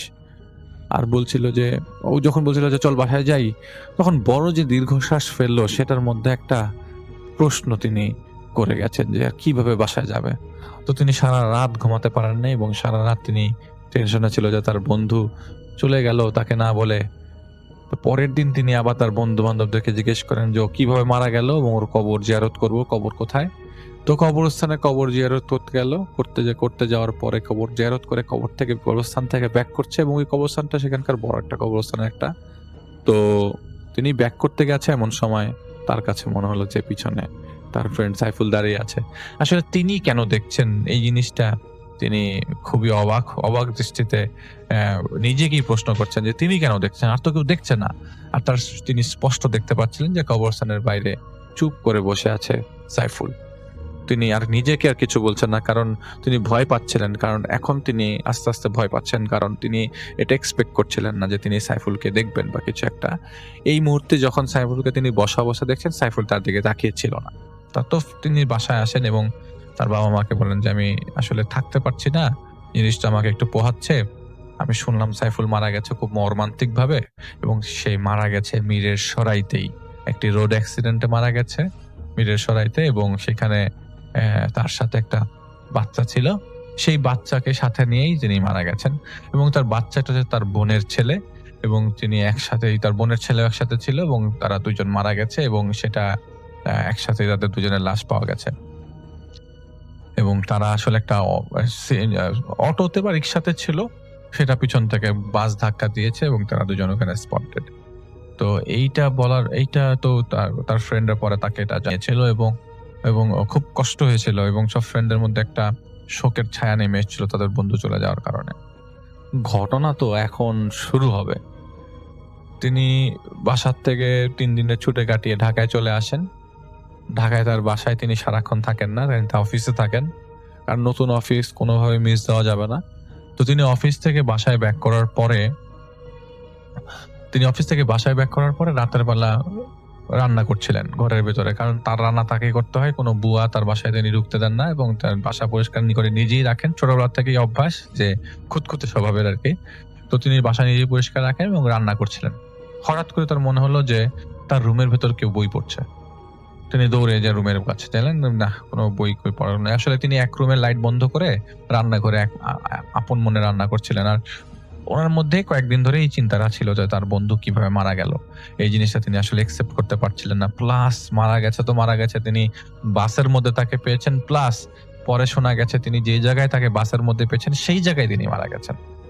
মানে এটা খুবই মর্মান্তিক একটা ঘটনা তার সাথে ঘটছে, আর কেউ জিনিসটা ফিল করছে না।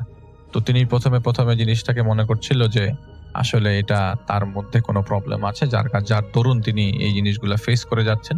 তো তিনি রান্না করছেন, হঠাৎ করে আবারও তার মনে হলো যে তার ঘরের মধ্যে কেউ আছে। তিনি আবারও রুমে যান, লাইট চালিয়ে দেখেন যে কেউ নাই। তার কাছে মনে হচ্ছিল যে তার ছোট্ট এক রুম থেকে আরেক রুমের দিকে, যে রুমে তিনি ঘুমান সেই রুমে কেউ হেঁটে চলে গেল। তো তিনি তার রুমেই বসে খেলেন, কারণ তার আসলে রুম 2টা, রুমেই চুপচাপ বসে খেলেন এবং গল্পের বই পড়ছিলেন। রাত তখন 2টা। আসলে তার ঘুম আসছিল না এবং তার গল্পের বই হিসেবে তাকে তিনি একটা মাধ্যম হিসেবে নেমে নিয়েছিলেন যে গল্পের বই পড়লে যদি ঘুমটা চলে আসে। গল্পের বই পড়া অবস্থায় তার কাছে মনে হলো তাদের তিনি তার পাশের রুমটা, যেই রুমটা ধরে রান্নাঘরে যাওয়ার লাগে, সেই রুমের মাঝখানে 2 জন মানুষ দাঁড়িয়ে আছে। তিনি দূর থেকে হালকা একটু লক্ষ্য করলেন 2 জন মানুষ দাঁড়িয়ে আছে।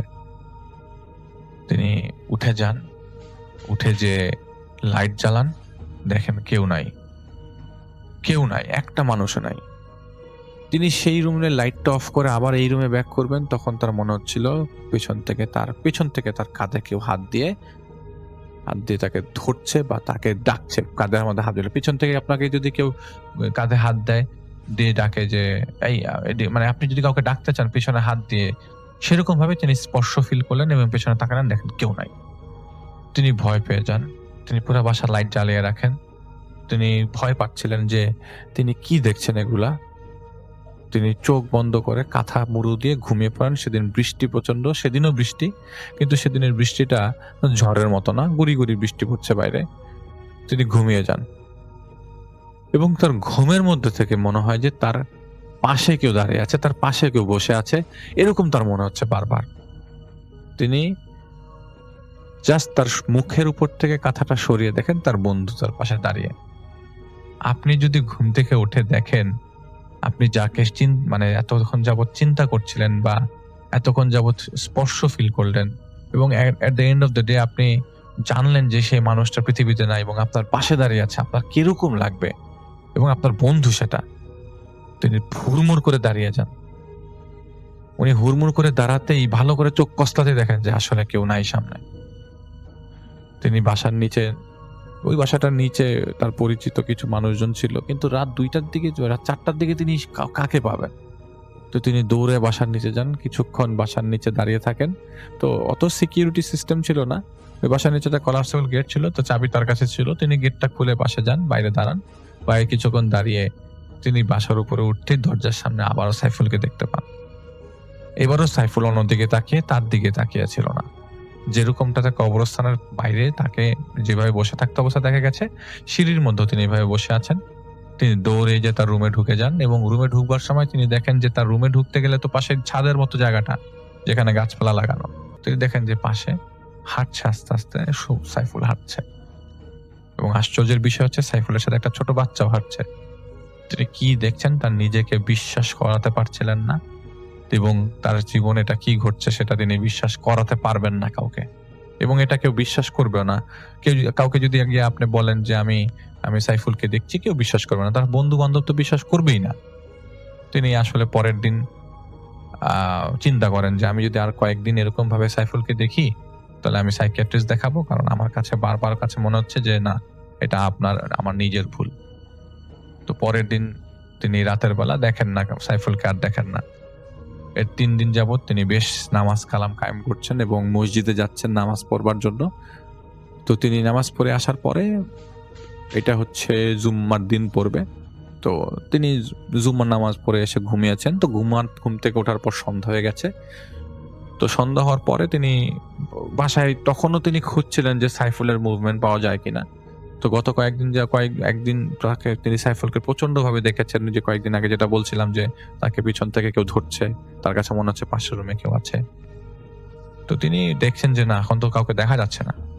তো তিনি নিচে যান, চা খেয়েন, বাসায় রাত্রেবেলা চাটা খেয়ে বাসায় আসেন এবং রান্না করতে চলে গেলেন। রান্না করে রাত্রেবেলা ঘুমাতে যাবেন। রাত্রে ঘুমাতে শনিবার, তো পরের দিন শনিবার ছিল, তো ঘুমাতে তার ওই দিন শনিবার দিন তার অফিস ছিল, তো ঘুমায় যেতে হবে। রাত্রে 11টার মধ্যে তিনি ঘুমিয়ে যান। আসলে তখন তো আর ফেসবুক ছিল না, তো সময় কাটবে, গল্পের বই ছাড়া কোনো উপায় নাই। আর গল্পের বই থাকলেও দেখা যায় যে মোস্ট অফ দ্য টাইম যে আর অন্য কিছু হিসাবে টিভি, তো ওনার বাসায় যেমন কোনো টিভি ছিল না, ওনার এই রেডিও ছিল একটা, মাঝে মধ্যে রেডিওতে গান শুনতো, আর একটা ওয়াকম্যান ছিল, তার মামা বিদেশ থেকে পাঠিয়েছিল। তো ওই ওয়াকম্যানে কয়টা গান শুনবে, তো মাঝে মধ্যে গান শুনতো অথবা গল্পের বই পড়তো, এর মধ্যে এইভাবেই সময় যেত আর কি। তো সেদিন রাত্রে 11টা তিনি ঘুমিয়ে গেছে। ঘুম ভাঙে তার ক্যাসেট প্লেয়ারের শব্দে। ক্যাসেট প্লেয়ার চলছে হঠাৎ করে, এবং ক্যাসেট প্লেয়ারের মধ্যে গান চলছে। গানটা, এই ক্যাসেটটা তার কাছে ছিল না। তিনি উঠে যান হুড়মুড় করে, কি রে ভাই, এই গানের শব্দ কোথা থেকে আসছে? তিনি এই ক্যাসেটের মধ্যে, এই ক্যাসেটের গান কোথাও ছিল না। তিনি উঠে যান, উঠে যেয়ে দেখেন ক্যাসেট প্লেয়ার বন্ধ হয়ে গেছে, এবং ক্যাসেট প্লেয়ারটা সুইচ অন করা, প্লাগ টান দেওয়া জায়গা থেকে সুইচ অফ, মানে কেউ একটা অফ করেছে, এবং ক্যাসেটটা খুলে দেখে যে ওটার ভিতরে কোনো ক্যাসেটই নেই। তো তিনি চুপ করে মাথায় হাত দিয়ে বসে আছেন যে আসলে তার সাথে কি ঘটছে। তার সাথে যা ঘটছে ভয় পাবার মতো, তার কাছে ভয় পাবার মতো। সবাই ভয় নাও পেতে পারে, তার কাছে মনে হচ্ছে যে তার আশেপাশে মানুষ ভর্তি। তার কাছে মনে হচ্ছে রান্নাঘরে কেউ দাঁড়িয়ে আছে। তিনি এবার লাইট না জ্বালিয়ে উকি মারলেন, এবং ঠিক ঠিক পাশের বাড়ির আলোতে, রান্নাঘরের পাশের বাড়িতে ছাদের মধ্যে থেকে আলোতে, ছাদের পাশ থেকে তো আবার ল্যাম্প পোস্টের আলো পাওয়া যায়, তাদের বাসা তো দোতলা, তো ল্যাম্প পোস্ট তো নিচু না, তো ল্যাম্প পোস্টের আলো আসে। তার কাছে মনে হচ্ছিল এই হালকা আলোতে দুজন মানুষকে তিনি স্পষ্ট রান্নাঘরে দেখতে পেয়েছিলেন। এরকম করে একে একে প্রায় বছর খানেক চলে যায়। তিনি এরকম প্রায় সময় সাইফুলকে দেখতেন। তার কাছে মনে হতো তিনি পাগল হয়ে যাচ্ছেন। এর মধ্যে তিনি কয়েক দফায় একজন সাইকিয়াট্রিস্ট না, মিনিমাম 5 জন সাইকিয়াট্রিস্ট দেখেন। ইভেন তার পরিচিত একজন পরিচিত তার এক ভাই ছিল যিনি এরকম সাইকোলজিক্যাল ইস্যুস গুলো ডিল করেন, তিনি তার সাথে দেখা করেন, কিন্তু তিনিও কোনোভাবে তার থেকে এটা কোনো ধরনের সুরাহা দিতে পারছেন না। কারণ সাইকিয়াট্রিস্ট আসলে কি বলে যে আপনার ঘুম হচ্ছে না, মাথায় হ্যালুসিনেশনটা বেশি হচ্ছে, ঘুম না হবার কারণে ব্রেইন ফাংশন বেশি করছে, তো ব্রেইনকে রেস্ট দিতে হবে, এরকম কথাগুলোই সাইকোলজিস্টরা তিনি তার মতে বলে আর কি। এবং তাকেও ঠিক একই কথা বলে। কয়েক মাস তিনি ঘুমের ওষুধ খেয়েছেন, ঘুম থেকে উঠেছেন পরে, কিন্তু ঠিক পরের দিনই তিনি আবার রাতের বেলায় সাইফুলকে তিনি দেখতে পাচ্ছিলেন। তো তার কাছে মনে হচ্ছিল না এটা তারই সমস্যা, এবং তিনি একজন হুজুরের কাছে যান, হুজুরের শরণাপন্ন হন। তো আমরা হুজুরদের কাছে গেলে মোস্ট অফ দ্য টাইম দেখা যায় যে তারা পানি পড়া দেয় বা কিছু একটা। তিনি যে হুজুরের কাছে গিয়েছিলেন, এটা হচ্ছে চিটাগং এর এক হুজুর, তিনি পরের বার আবার বাসায় যান। বাসায় যাওয়ার পরে তিনি এক হুজুরের কাছে যান। তো সেই হুজুর বলে যে দেখেন, হতে পারে সেই আত্মার বা কারিন জিনটা আপনাকে বারবার দেখাচ্ছে, হতে পারে আপনি তাকে বেশি ফিল করছেন, সেজন্য বারবার আপনি তাকে দেখছেন।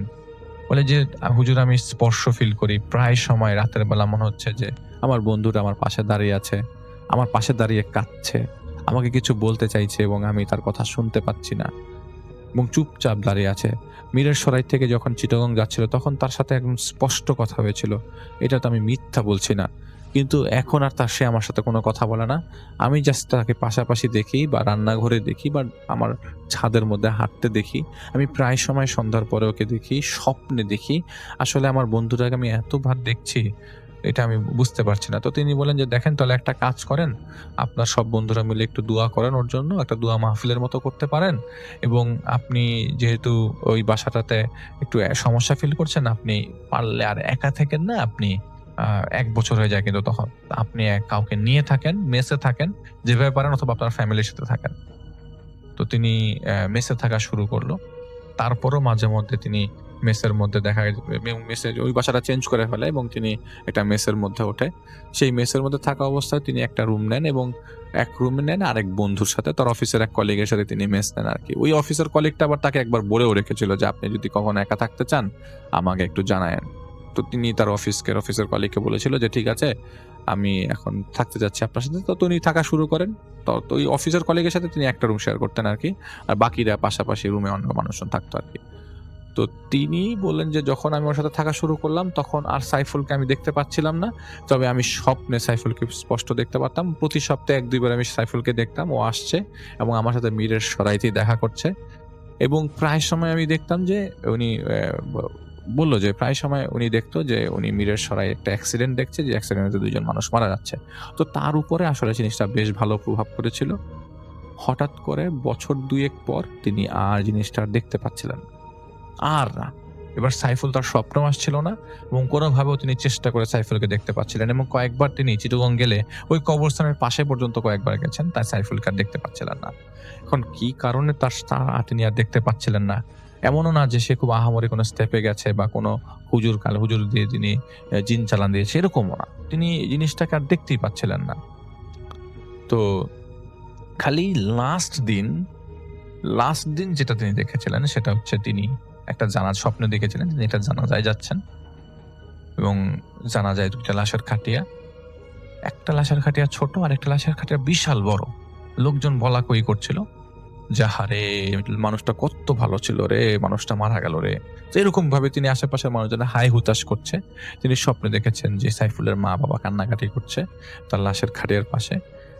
আর কিছু মানুষ যাদেরকে তিনি চেনেন না, তারা ওই ছোট বাচ্চাটার লাশের খাটিয়ার পাশে ধরে কান্নাকাটি করছে। জাস্ট এতটুকু তিনি স্বপ্ন দেখেছেন। এরপর থেকে তিনি আর সাইফুলকে দেখেননি।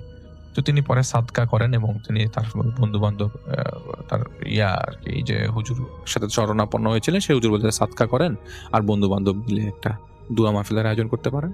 তো তিনি করেন পরে এবং 1-2 বার করে দফায় দফায় করেন। এরপর থেকে বছর 2 পর থেকে তিনি আর সাইফুলকে দেখতে পান না এবং স্বপ্নেও তিনি আসেন আর দেখেন না।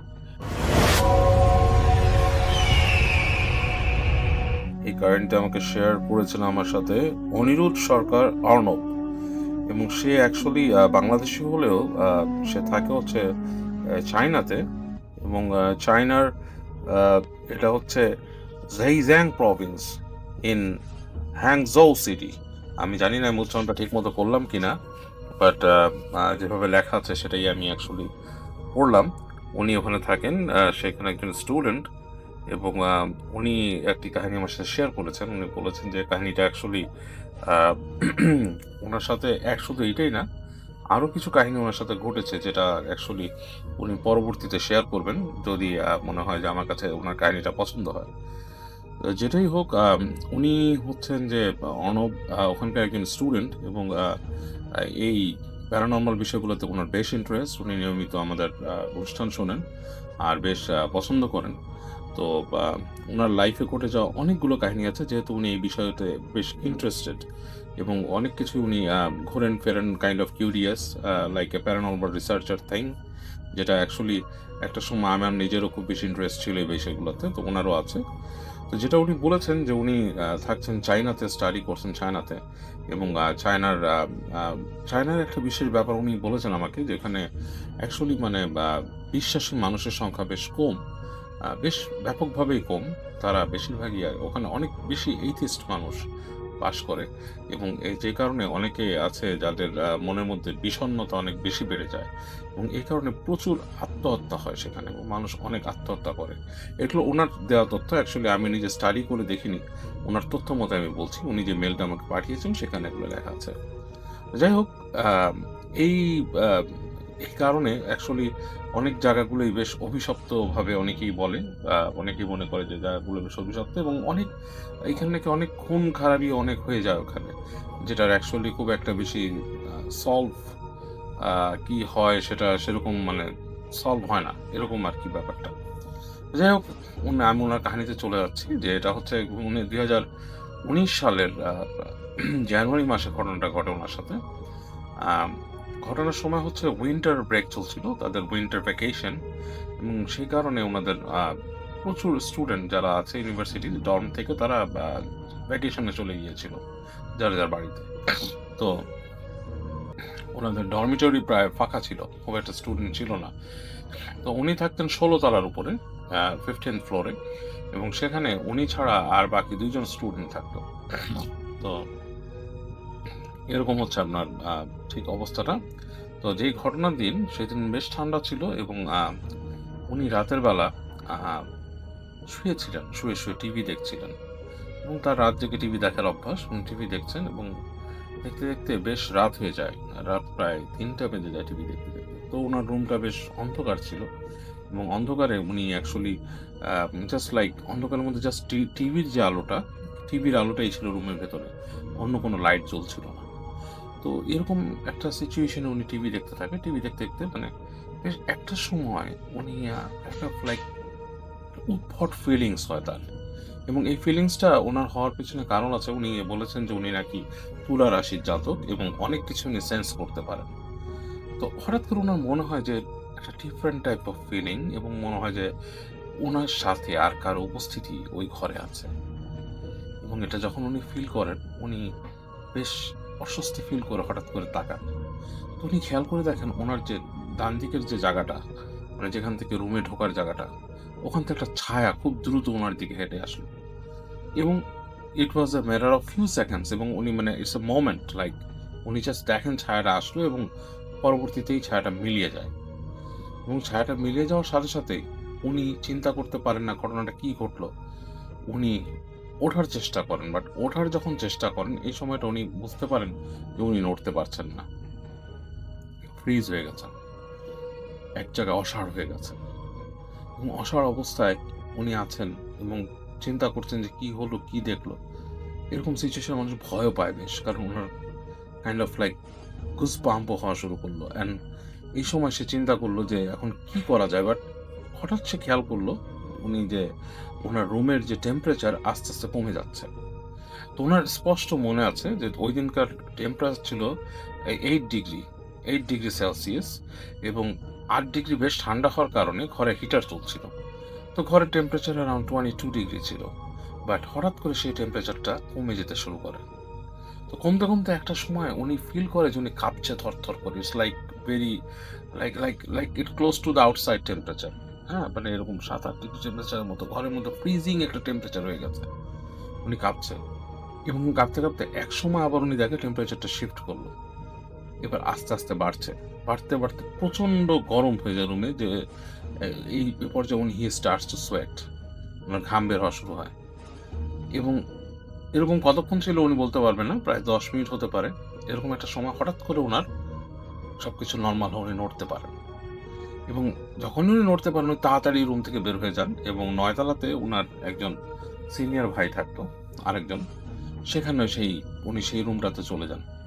তো যে সেই ভাইটাকে বলেন যে ভাইয়া আমি আপনার এখানে থাকতে চাই আজকে রাত্রে, কারণ আমি এরকম ওর এক্সপিরিয়েন্সটা উনি বলেন ওখানে যে আমার এক্সপিরিয়েন্স এরকম হয়েছে।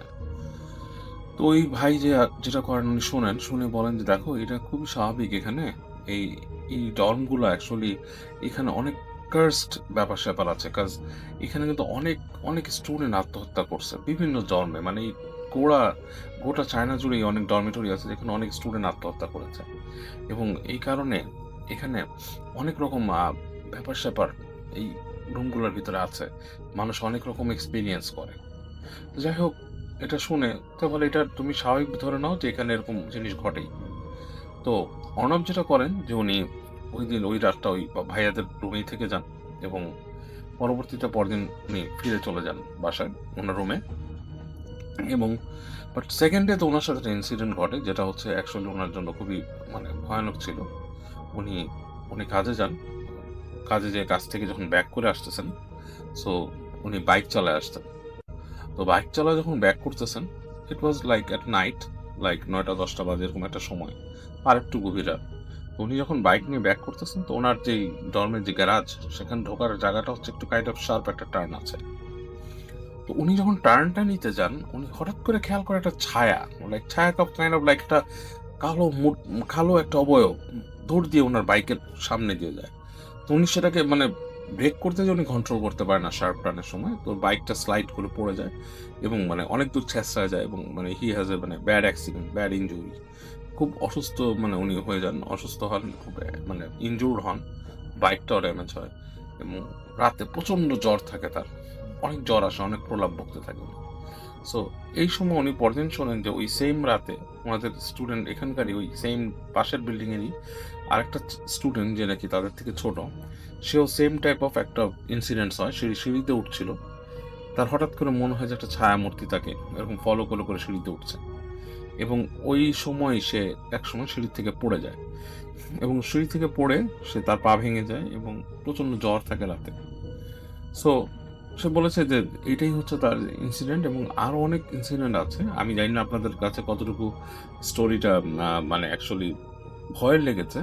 ভয়ের অ্যাকচুয়ালি আমি জানি না কতটুকু ভয়ের লেগেছে, কাজ ভয়ের এলিমেন্টগুলো খুব বেশি ছিল না এখানে। বাট যেই জিনিসটা আমি যে বলতে চাই যে ভয় কিন্তু আসলে একটা এমন ব্যাপার যেটা হচ্ছে আপনি যদি ওই সিচুয়েশনে প্রেজেন্ট থাকেন, আপনি বুঝতে পারবেন ভয় জিনিসটা কেমন।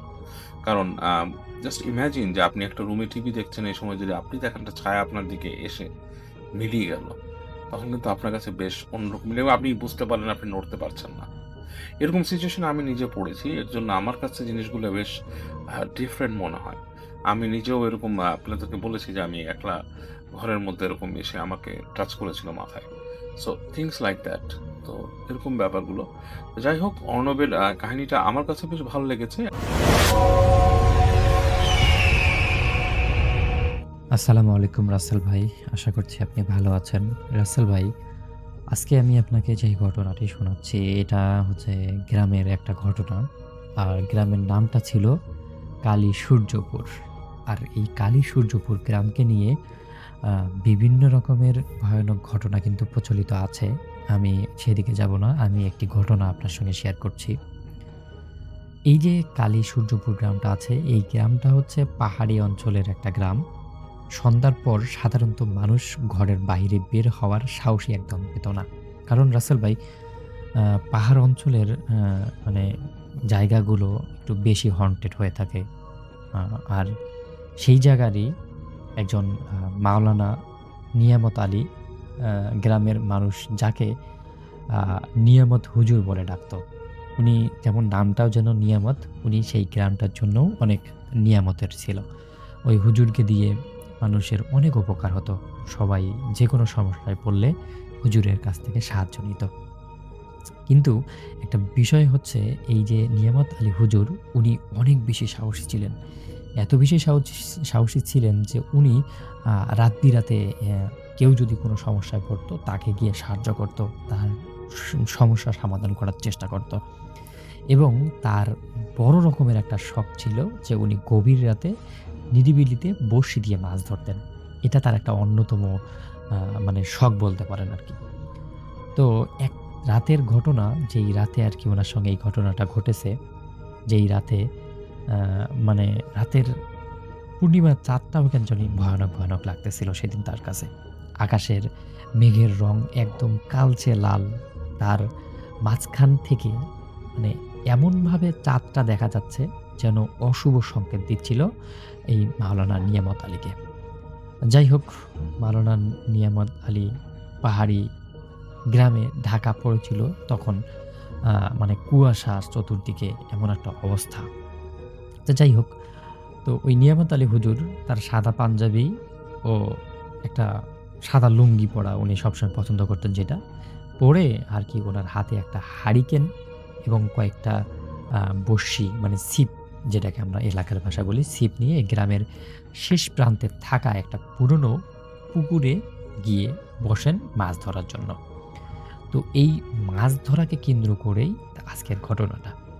তো যেই পুকুরটা ছিল সেই পুকুরটার মানে এমন একটা স্ট্রাকচার ছিল যে পুকুরটা এমনভাবে তৈরি করা যেন একপাশে রাস্তা এবং অপর পাশে একটা প্রাচীনকালের বিশাল বড় রকমের একটা আমের গাছ, এবং তার পাশেই আছে একটা শ্মশান ঘাট। যেই শ্মশান ঘাটে আ আ মানে এখন মানে মানুষ দাহ করা হয় না। কিন্তু একটা সময় সেই শ্মশান ঘাটে মানুষ দাহ করা হইতো। তো ওই পুকুর ঘাটে সাধারণত মানুষ মাছ মারতে যাইতো না। কারণ ওই যে শ্মশান আছে, ভয়ানক একটা জায়গা। কিন্তু আমাদের নিয়ামত আলী হুজুর তো অনেক বেশি সাহসী। উনি সেখানেই মাছ মারতেন এবং সেখানেই মাছ মারাটা উনি স্বচ্ছন্দ্য বোধ করতেন। যাই হোক, রাত তখন প্রায় আনুমানিক ২টা বাজে। কারণ উনি হচ্ছে হুজুর মানুষ, উনি সবসময় রাত জাগেন। তো উনি ভাবলেন যে ২টা যেহেতু বাজে, উনার ঘুম ভেঙে গেছে। তো উনি মানে মাছ মেরে তারপর উনি তার নামাজ পড়বেন আরকি। যাই হোক, উনি যখন সেখানে গেলেন, উনি দেখলেন যে আশপাশটা অনেকটাই নিস্তব্ধতা। কিন্তু উনি জানেন যে রাতের বেলা ঝিঁঝি পোকার ডাকও কিন্তু শোনা যায়। কিন্তু সেদিনের পরিবেশটা এমন ছিল, ঝিঁঝি পোকার ডাকটাও বন্ধ হয়ে গেছে। এক অনুভূতি মানে তার কাছে জিনিসটা ভালো লাগতেছে না। কিন্তু সে ভাবল যে, "ধুর, কি হয়? মাছ মারবো আরকি।" তো তারপরে উনি যখন হঠাৎ করে উনি লক্ষ্য করলেন, দূরের যে শ্মশান ঘাটের যে বটগাছটা আছে, সেই বটগাছটার নিচে সাদা কিছু ছোট অস্পষ্টভাবে লড়াচড়া করছে। এমনভাবে মানে লড়াচড়া করছে যে অদ্ভুত। এগুলা হয়তো জীবজন্তুও হতে পারে না, অন্য কিছু হতে পারে না। মানে তার কাছে বিষয়টা একটু অস্পষ্ট লাগতেছে। তো তিনি একটু ভয় মনে করে আয়াতুল কুরসি পড়তে শুরু করলেন।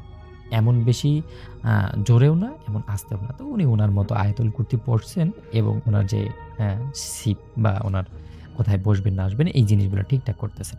ঠিক তখনই উনি পুকুরের মানে মানে যেটা দেখতে পারলেন যে সেটা তার কাছে এত বেশি ভয়ানক লাগে যে উনি একটা সাহসী মানুষ, তার সঙ্গে এটা যায় না। উনি হঠাৎ করে দেখলেন যে পুকুরের পানিগুলো যেন ফুটতে শুরু করছে, মানে টগবগ, টগবগ শুরু করছে এরকম আরকি। কোনো শব্দ ছাড়া পানির উপর থেকে কুয়াশা ভেদ করে মানে এমন একটা অবস্থা যেন পানিগুলো উপরে চলে আসবে, এরকম একটা অবস্থা। তো এটা দেখতে, দেখতে উনি দেখলেন যে ওই যে পানিগুলো যে আছে, সেই পানিগুলোর উপর থেকে কুয়াশা ভেদ করে শূন্যে ভেসে উঠল একটা ভয়ানক সাদা পুরুষ অবয়ব। চেহারা মানে এমন মুখমণ্ডলটা এমন ছিল যে মৃত মানুষের মতো ফ্যাকাশে, আর চোখ দুটো জ্বল তীব্র। এত বেশি মানে ভয়ানক, যেটা দেখলে আরকি অটোমেটিক ভয় লেগে যাবে। মাথা ভর্তি কালো এলোমেলো চুল বাতাসে উড়ছিল, আর হাতগুলোর নখ ছিল অস্বাভাবিক লম্বা এবং ভয়ানক। পরনে ছিল ছেঁড়া সাদা কাপড়, কিন্তু তার পা ছিল না। শরীরের নিচের অংশটা ধোঁয়ার মতো শূন্যই ভেসে আসছে। মানে মনে হচ্ছে যে আমরা যে দৈত্য দেখছিলাম না বইয়ের মধ্যে, ছবির মধ্যে, সেরকম একটা দৈত্য। তো উনি এটা আ দেখার পর, উনি তো হুজুর মানুষ, উনি তো উনার মতো মানে কি বলে দোয়া কালাম পড়তে শুরু করছে, এবং উনি এটা দেখার পর মানে পানি থেকে অনেকটা উঁচুতে আ মানে আসতে শুরু করলো, এগিয়ে আসতে লাগলো, এবং উনি এত বড় সাহসী মানুষ হওয়া সত্ত্বেও মানে বুকটা তার ভয়ে এত বেশি কাঁপতেছে যে উনি বুঝতে পারতেছে না আরকি কি করব কি না করবে। আতঙ্কে তার চোখ দুটো বড় হয়ে গেল। মানে মুখ এমনভাবে মানে তার চেঞ্জ হয়ে গেল মুখের আকৃতি, যে উনি ওটা যেভাবে আরকি বলতেছেন আরকি। তারপর উনি একদম খুব জোরে আয়াতুল কুরসি পড়া শুরু করল। কিন্তু গলা দিয়ে উনার কোনো শব্দ আর বের হচ্ছে না। হাতের বড়শিটা শক্ত করে ধরে তিনি পিছনের দিকে সরে যাওয়ার চেষ্টা করলেন। কিন্তু তার পা দুটো যেন ওই মানে ওইখানকার যে মাটি আছে, সেই মাটিটা একদম আঁকড়ে ধরে আছে তাকে। তো এরকম একটা অবস্থার পর উনি ভাবতেছেন যে আসলে এখানে মনে হয় খুব কঠিন ধরনের কোনো আ জিন বা ভূতের আঁচড় পড়েছে। তখন উনি উনার যে কবিরাজি ছিল, সেই কবিরাজি শুরু করে দিলেন। ওখানে বসেই মন্ত্র পড়া শুরু করলেন। তো এই মন্ত্র পড়ার পর উনি কোনোভাবেই সেখান থেকে ছাড় পাচ্ছেন না। তো ছাড় না পাওয়ার পর উনি এখন কি করবে অ্যা আ মানে সেটা তার কল্পনায় আসতেছে না। তো হঠাৎ করে উনি যেটা দেখতে পারলেন সেটা হচ্ছে, এই যে উনি যে ঘুরে গেছেন না, তখন এই সাদা অবয়বটা ঘুরে তার সামন দিকে আসতেছে, এবং ওই যে কি বলে বটগাছের নিচে যে জন্তুগুলা ছিল, সেই জন্তুগুলা এখন হাওয়ার মধ্যে ভেসে তার দিকে আসতেছে। তো এটা দেখার পর নিয়ামত আলী হুজুর নিজেকে আর কন্ট্রোল করতে পারতেছেন না। উনি ধপ করে ওই মাটির মধ্যে মানে হাঁটু গেড়ে বসে পড়লেন, এবং এটা বসে পড়ার পর উনি উনার মুখ দিয়ে মানে অনবরত কিন্তু মন্ত্র পড়তেই আছেন, জপতেই আছেন সবকিছু, কিন্তু কোনো কাজ হচ্ছে না আরকি। তো একটা সময় উনি লক্ষ্য করলেন যে উনার আ মানে পাগুলো মানে আস্তে মাটির মধ্যে ঢুকে যাচ্ছে। তো উনি এত চেষ্টা করতেছেন, বা এত মানে চেষ্টা করতেছেন যে যেন ভিতরে থাকে, বাইরে আসতে, কিন্তু কোনোভাবেই সে বাইরে আসতে পারতেছে না। এবং এরপর ওই যে সাদা অবয়বটা ছিল, সেই অবয়বটা বলে যে, "আজকে আমার প্রতিশোধ নেওয়ার পালা এসেছে। তুমি আমাকে অনেক বিরক্ত করেছ, আজকে আর না।" তো এইটা শোনার পর উনি বেশ খানিকটা অবাক হয়ে যান, এবং উনি বলেন যে, "আমি তো তোমার কোনো ক্ষতি করিনি। আমি আমার গ্রামের মানুষের উপকার করেছি।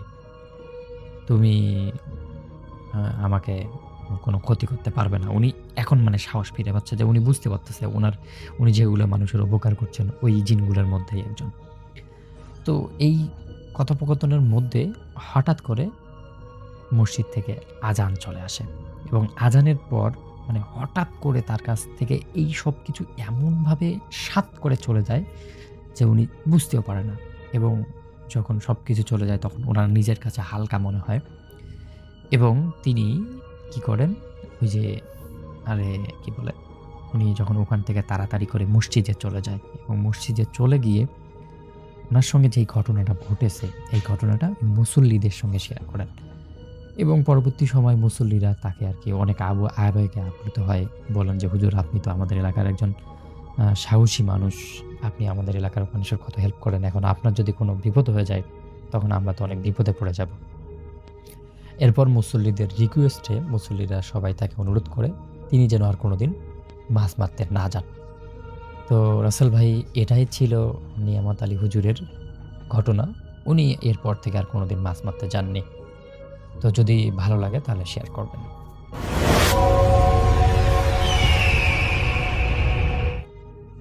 ঘটনাটা আমার বন্ধুর ৭/৪/২২ তারিখ, তখন ৫ রোজা, অর্থাৎ আহ, এই গত এপ্রিল মাসের ৭ তারিখের ঘটনা। তখন ৫ রোজা, বৃহস্পতিবার।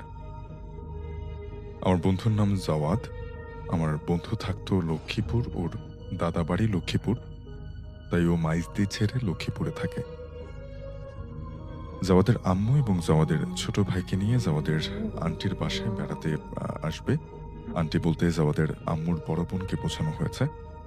জাওয়াদের আম্মু আর ছোট ভাই মাইজদিতে বৃহস্পতিবারে চলে আসে। শুক্রবার থাকবে মাইজদিতে এবং শনিবার সকালে লক্ষ্মীপুর চলে আসবে।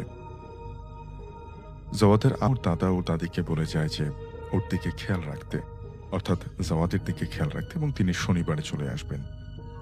শুক্রবার রাতে তারাবি নামাজ পড়ে একজন বন্ধুর বাসায় থাকবে বলে খুব অনুরোধ করে জাওয়াদ, তাই ওর দাদি ওর জাওয়াদের আম্মুকে তা জানায় এবং জাওয়াদের আম্মু জাওয়াদকে অনুমতি দেয়।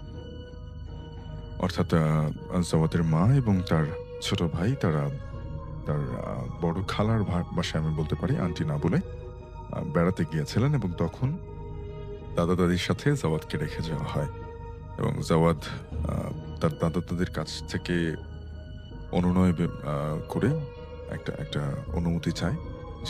তার দাদা দাদি তার আম্মুর সাথে কথা বলে যে হ্যাঁ, তুমি তোমার বন্ধুর বাসায় থাকতে পারবে। জাওয়াদ এবং তার বন্ধুরা তারাবি নামাজ না পড়ে ওরা ডাব এবং আম চুরি করবে বলে ঠিক করে। তাই তারা নিজের এলাকা থেকে একটু দূরে একটা গ্রামের দিকে যায়।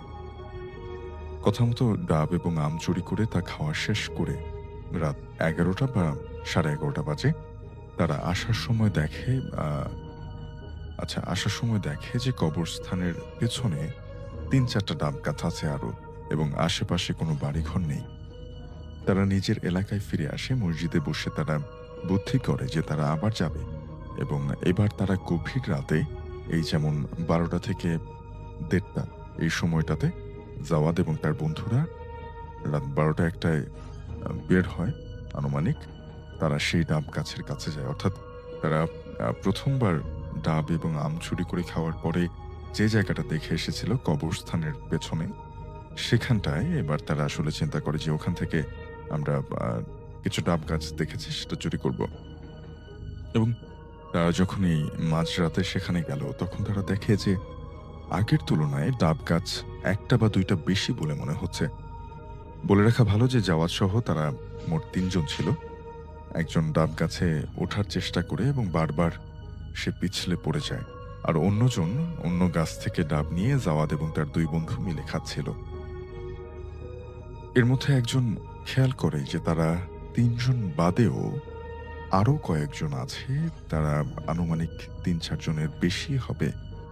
তারা চারিদিকে তাকিয়ে দেখে যে কেউ নেই, তবে একটা ডাব গাছ তার জায়গা থেকে সরে যাচ্ছিল, অর্থাৎ অনেকটা মানুষের মতো হেঁটে গেলে যেমনটা হয় ঠিক তেমনটা।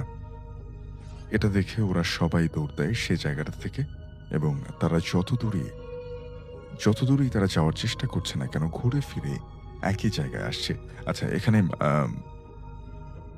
আমি বাক্যগুলো একটু গুছিয়ে বলে যেটা দাঁড়ায় যে তারা যখন পুনরায় সেই মাঝরাতে কবরস্থানের কাছে ডাব গাছগুলোতে যায়, তখন তারা সেখানে দেখতে পায় যে কয়েকটা ডাব গাছ বেশি মনে হচ্ছে। এর মধ্যে একজন ডাব গাছে উঠতে গিয়ে বারবার পিছতে পড়ে যাচ্ছিল, আর পাশের বন্ধুরা যাওয়ার সহ ওরা কিন্তু ডাব পেড়ে খাচ্ছিল। এমন সময় ওরা দেখে যে আরো 3-4 জন লোক বেশি মনে হচ্ছে তাদের কাছে, যে এখানে কোনো লোক ছিল না, কিন্তু তারা কয়েকজনকে দেখছে। এরপরে সবাই যখন তাদের দিকে খেয়াল করলো, তখন তারা যেটা দেখলো যে না, এখানে আশেপাশে কোনো মানুষ নেই, বরং একটা ডাব গাছ বা একটা নারকেল গাছ সেটা মানুষের মতো করে চলছে, মানে মাটির উপর থেকে সেটা মুভ করছে আস্তে আস্তে। এটা দেখে তারা ভীষণ ভয় পেয়ে যায় এবং তারা বারবার সেখান থেকে দৌড়ে বেরিয়ে যেতে চেষ্টা করে সেই বাগান থেকে, কিন্তু ঘুরে ফিরে তারা একই জায়গায় চলে আসে। এর মাঝে জাওয়াদের এক বন্ধু জ্ঞান হারিয়ে ফেলে। বাকি দুইজন দেখতে পায় যে ত্রিভুজের মতো চারদিক থেকে ওদেরকে ঘিরে কিছু একটা ঘুরপাক খাচ্ছে। এটা দেখে ওরাও জ্ঞান হারায়। যখন জ্ঞান ফেরে তখন একটা মসজিদে ওরা এবং অনেক মানুষজন তাকিয়ে আছে। দেখে যে মাথার পাশে হুজুর বসে আছেন। ওনাকে ওরা জিজ্ঞাসা করলো যে আমরা এখানে কিভাবে আসলাম। তিনি যা বলেন যে হুজুর ফজরের নামাজ পড়ে যাওয়ার সময় দেখে যে কিছু ডাব পড়ে আছে এবং সেখানে গেলে সে দেখতে পায় যে ডাব গাছের নিচে মাটির ভেতরে গলা সমান ঢুকানো অবস্থায় ওরা কয়েকজন রয়েছে। এই দেখে তিনি এলাকাবাসীকে ডেকে আনেন এবং কিছুটা মাটি খুঁড়ে ওদেরকে বের করেন। পরে ওদের ঠিকানা নিয়ে খবর দিলে জাওয়াদের আম্মু তার বাকি বন্ধুদের যে পরিবার তারা আসে। জাওয়াদের আম্মু মাইজদি থেকে কেবলমাত্র বাড়ি ফিরলেন। জাওয়াদকে বাসায় নিয়ে হুজুর দেখানো হয় এবং তিনি জাওয়াদের বাকি দুই বন্ধু এবং তার পরিবারের মানুষজনদেরকে খবর দেন।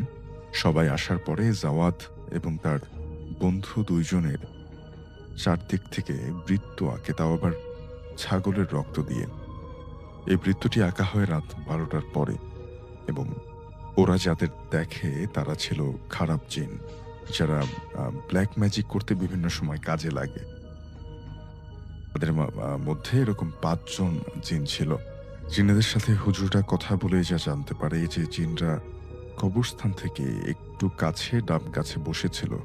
জাওয়াদের এক বন্ধু ডাব গাছে ওঠার সময় তাদের পা ধরে টান দিয়েছিল এবং এতে ওদের রাগ হয় এবং ভয় দেখিয়ে ওরা গলার সমান মাটিতে রেখে দেয় ওদেরকে। এরপর জিনরা বলে যে আমরা ওদেরকে তো ছাড়বো না, ওদেরকে আমরা মেরেই ফেলবো। হুজুর এরপরে যাতে ক্ষতি না করে জন্য জিনদের কাছে বলে যে তোমরা কি চাও। তখন জিনরা বলে যে ছাগল এবং মুরগির রক্ত দিয়ে 51 কেজি মিষ্টি বানাতে হবে। হুজুর বললেন যে এরকম মিষ্টি কেউ বানায় না, এটা সম্ভব না। মানে রক্ত দিয়ে মিষ্টি বানানোর একটা কথা বলল জিনরা। তখন এই 51 কেজি মিষ্টি দেওয়া যাবে না, হুজুর বললেন। তখন 20 কেজি মিষ্টি দিতে পারবে বলে বলে জিনদেরকে। তখন জিনরা বলে যে না, 47 কেজি মিষ্টি দিতে হবে, তাও ওই ছাগল এবং মুরগির রক্ত দিয়ে। এরপরে সেই বানানো মিষ্টিটা সেটা ডাব গাছের কাছে রাখতে হবে, কবরস্থানে রাখলে হবে না, কারণ কবরস্থানে জিনরা যেতে পারে না, সেটা একটা পবিত্র জায়গা। খারাপ জিনরা আসলে কবরস্থানে ঢুকতে পারে না। সবার পরিবার এই শর্তে রাজি হয়ে যায় এবং সবাই ছাগল এবং মুরগি কিনে আনে। মিষ্টির জন্য হাঁড়ি পাতিল আলাদা কিনে আনা হয় এবং যারা মিষ্টি বানায় তাদের একজনকে টাকা দিয়ে মিষ্টি বানাতে বলে। হুজুর বলে যে পুরো 3 মাস বেজোর দিনগুলোতে ঘর থেকে বের হতে না করে এবং 5 ওয়াক্ত নামাজ পড়তে বলেন, একলা থাকতে মানা করেন। মিষ্টি বানানো শেষে জায়গা মতো দিয়ে আসা হয়। অর্থাৎ বর্তমানে জাওয়াদ এবং তার বন্ধুরা বিপদমুক্ত আছে, তবে 3 মাস বেজোর দিনগুলোতে বাহির হতে পারবে না। এই পুরো ঘটনাটি আমার বন্ধু আমাকে মেসেঞ্জারে ফোন করে বলেছিল। আমি জাওয়াদের এবং ওর আম্মুর থেকে অনুমতি নিয়ে এই ঘটনাটি পাঠিয়েছে। আসসালামু আলাইকুম প্রিয় লিসেনার্স, এতক্ষণ থেকে আমি আপনাদেরকে অনেকগুলো ভয়ানক ঘটনা শোনাবার চেষ্টা করেছি। বর্তমান সময় চলতেছে ঈদের একটা সময়, আর এই ঈদের সময়ে আমাদের আজকের এপিসোডের ভয়ানক ঘটনাগুলো আপনাদের কতটুকু আনন্দ দিতে পেরেছে, কতটুকু ভয় পেয়েছে এবং কতটুকু আসলে আপনাদের মনের খোরাক জমাতে পেরেছে আমি জানি না। কেমন লাগলো আমাদের আজকের এপিসোড সেটি কিন্তু জানাতে ভুলবেন না। আর দর্শক, অবশ্যই কিন্তু বরাবরের মতো একটা রিকোয়েস্ট থাকবে, আমাদের ঈদ স্পেশালের যেই এপিসোডগুলো আপনারা শুনতেছেন, এই এপিসোডগুলোর ঘটনাগুলো আসলে কেমন হচ্ছে, ঘটনাগুলো কেমন লাগতেছে, আপনাদের যে মানে ঈদের ছুটিতে মানে শুনতে বা আপনাদের বর্তমান সময়টাকে কেমন ভয়ানক করে তুলছে আমাদের ঘটনাগুলো, সেটা কিন্তু জানিয়ে যেতে পারেন। আর দর্শক, আপনারা চাইলেই কিন্তু আমাদের চ্যানেলটি ভিজিট করে আসতে পারেন। আমাদের চ্যানেলের প্রত্যেকটা এপিসোডের প্রত্যেকটা ঘটনা কিন্তু অনেক বেশি স্পেশাল, অনেক ভয়ানক ঘটনা। আপনারা যেই ঘটনাগুলো শুনতে চান সেই ঘটনাগুলো কিন্তু আমি ইতিমধ্যে আপনাদের জন্য আপলোড করে রেখেছি আমাদের চ্যানেলের ভিতরে। আর দর্শক, একটা রিকোয়েস্ট থাকবে, যারা যারা ঈদের ছুটিতে বাড়ি এসেছেন বা বাড়িতে সময় কাটাচ্ছেন, আপনাদের পরিবারের সবার সঙ্গে ভালোবাসা সবাই কাটান, কিন্তু যখন আসলে আবার চলে যাবেন ঠিক তখনই অবশ্যই নিজেদের সাবধানতা খেয়াল রাখবেন, তাড়াহুড়ো করে কোনো কাজ করবেন না। তো দর্শক, আমাদের আজকের এপিসোডটি কেমন লাগলো অবশ্যই কিন্তু জানাবেন। ভিডিওটি শেষ করবো এখনই, তার আগে ছোট্ট করে একটা রিকোয়েস্ট থাকবে, যারা যারা এখনো পর্যন্ত আমাদের ভিডিওটি দেখতেছেন কিন্তু চ্যানেলটি সাবস্ক্রাইব করে রাখেননি, আপনাদের কাছে উদারত আহ্বান জানাবো, আপনাদেরকে রিকোয়েস্ট করব চ্যানেলটিকে সাবস্ক্রাইব করবেন, পাশে আসা বেল আইকনটি অন করে রাখবেন, কারণ আমরা কিন্তু আমাদের এই চ্যানেলটিতে প্রতিনিয়ত প্রতি রাত 10টায় এরকম ভয়ানক ভয়ানক বাছাই করা সেরা ভয়ানক ঘটনাগুলো নিয়ে কিন্তু এপিসোড আকারে আপনাদের সামনে উপস্থিত হয়ে থাকে। তো প্রিয় লিসেনার্স, অবশ্যই কিন্তু আপনারা আমাদের এই চ্যানেলটিকে সাবস্ক্রাইব করবেন এবং পাশে আসা বেল আইকনটি অন করে রাখতে কিন্তু ভুলবেন না। তো আপনাদের সবার ঈদ ভালো কাটুক, সবার ঈদের মানে আমেজটাকে আরো দীর্ঘ হোক, আপনাদের ঈদটা সুন্দরভাবে কাটুক পরিবার পরিজনের সাথেই। তো প্রিয় লিসেনার্স, শেষ করব এখন এই, আপনাদের সবার মঙ্গল এবং সুস্বাস্থ্য কামনা করছি, আপনাদের সবার মঙ্গল হোক। আমি আমার নিজের জন্য দোয়া চেয়ে শেষ করছি। আবার দেখা হচ্ছে নতুন এপিসোডে। ভালো থাকবেন, সুস্থ থাকবেন, আপনাদের আশেপাশের মানুষগুলোকে নিয়ে সুন্দর একটি সমাজে বসবাস করার চেষ্টা করবেন।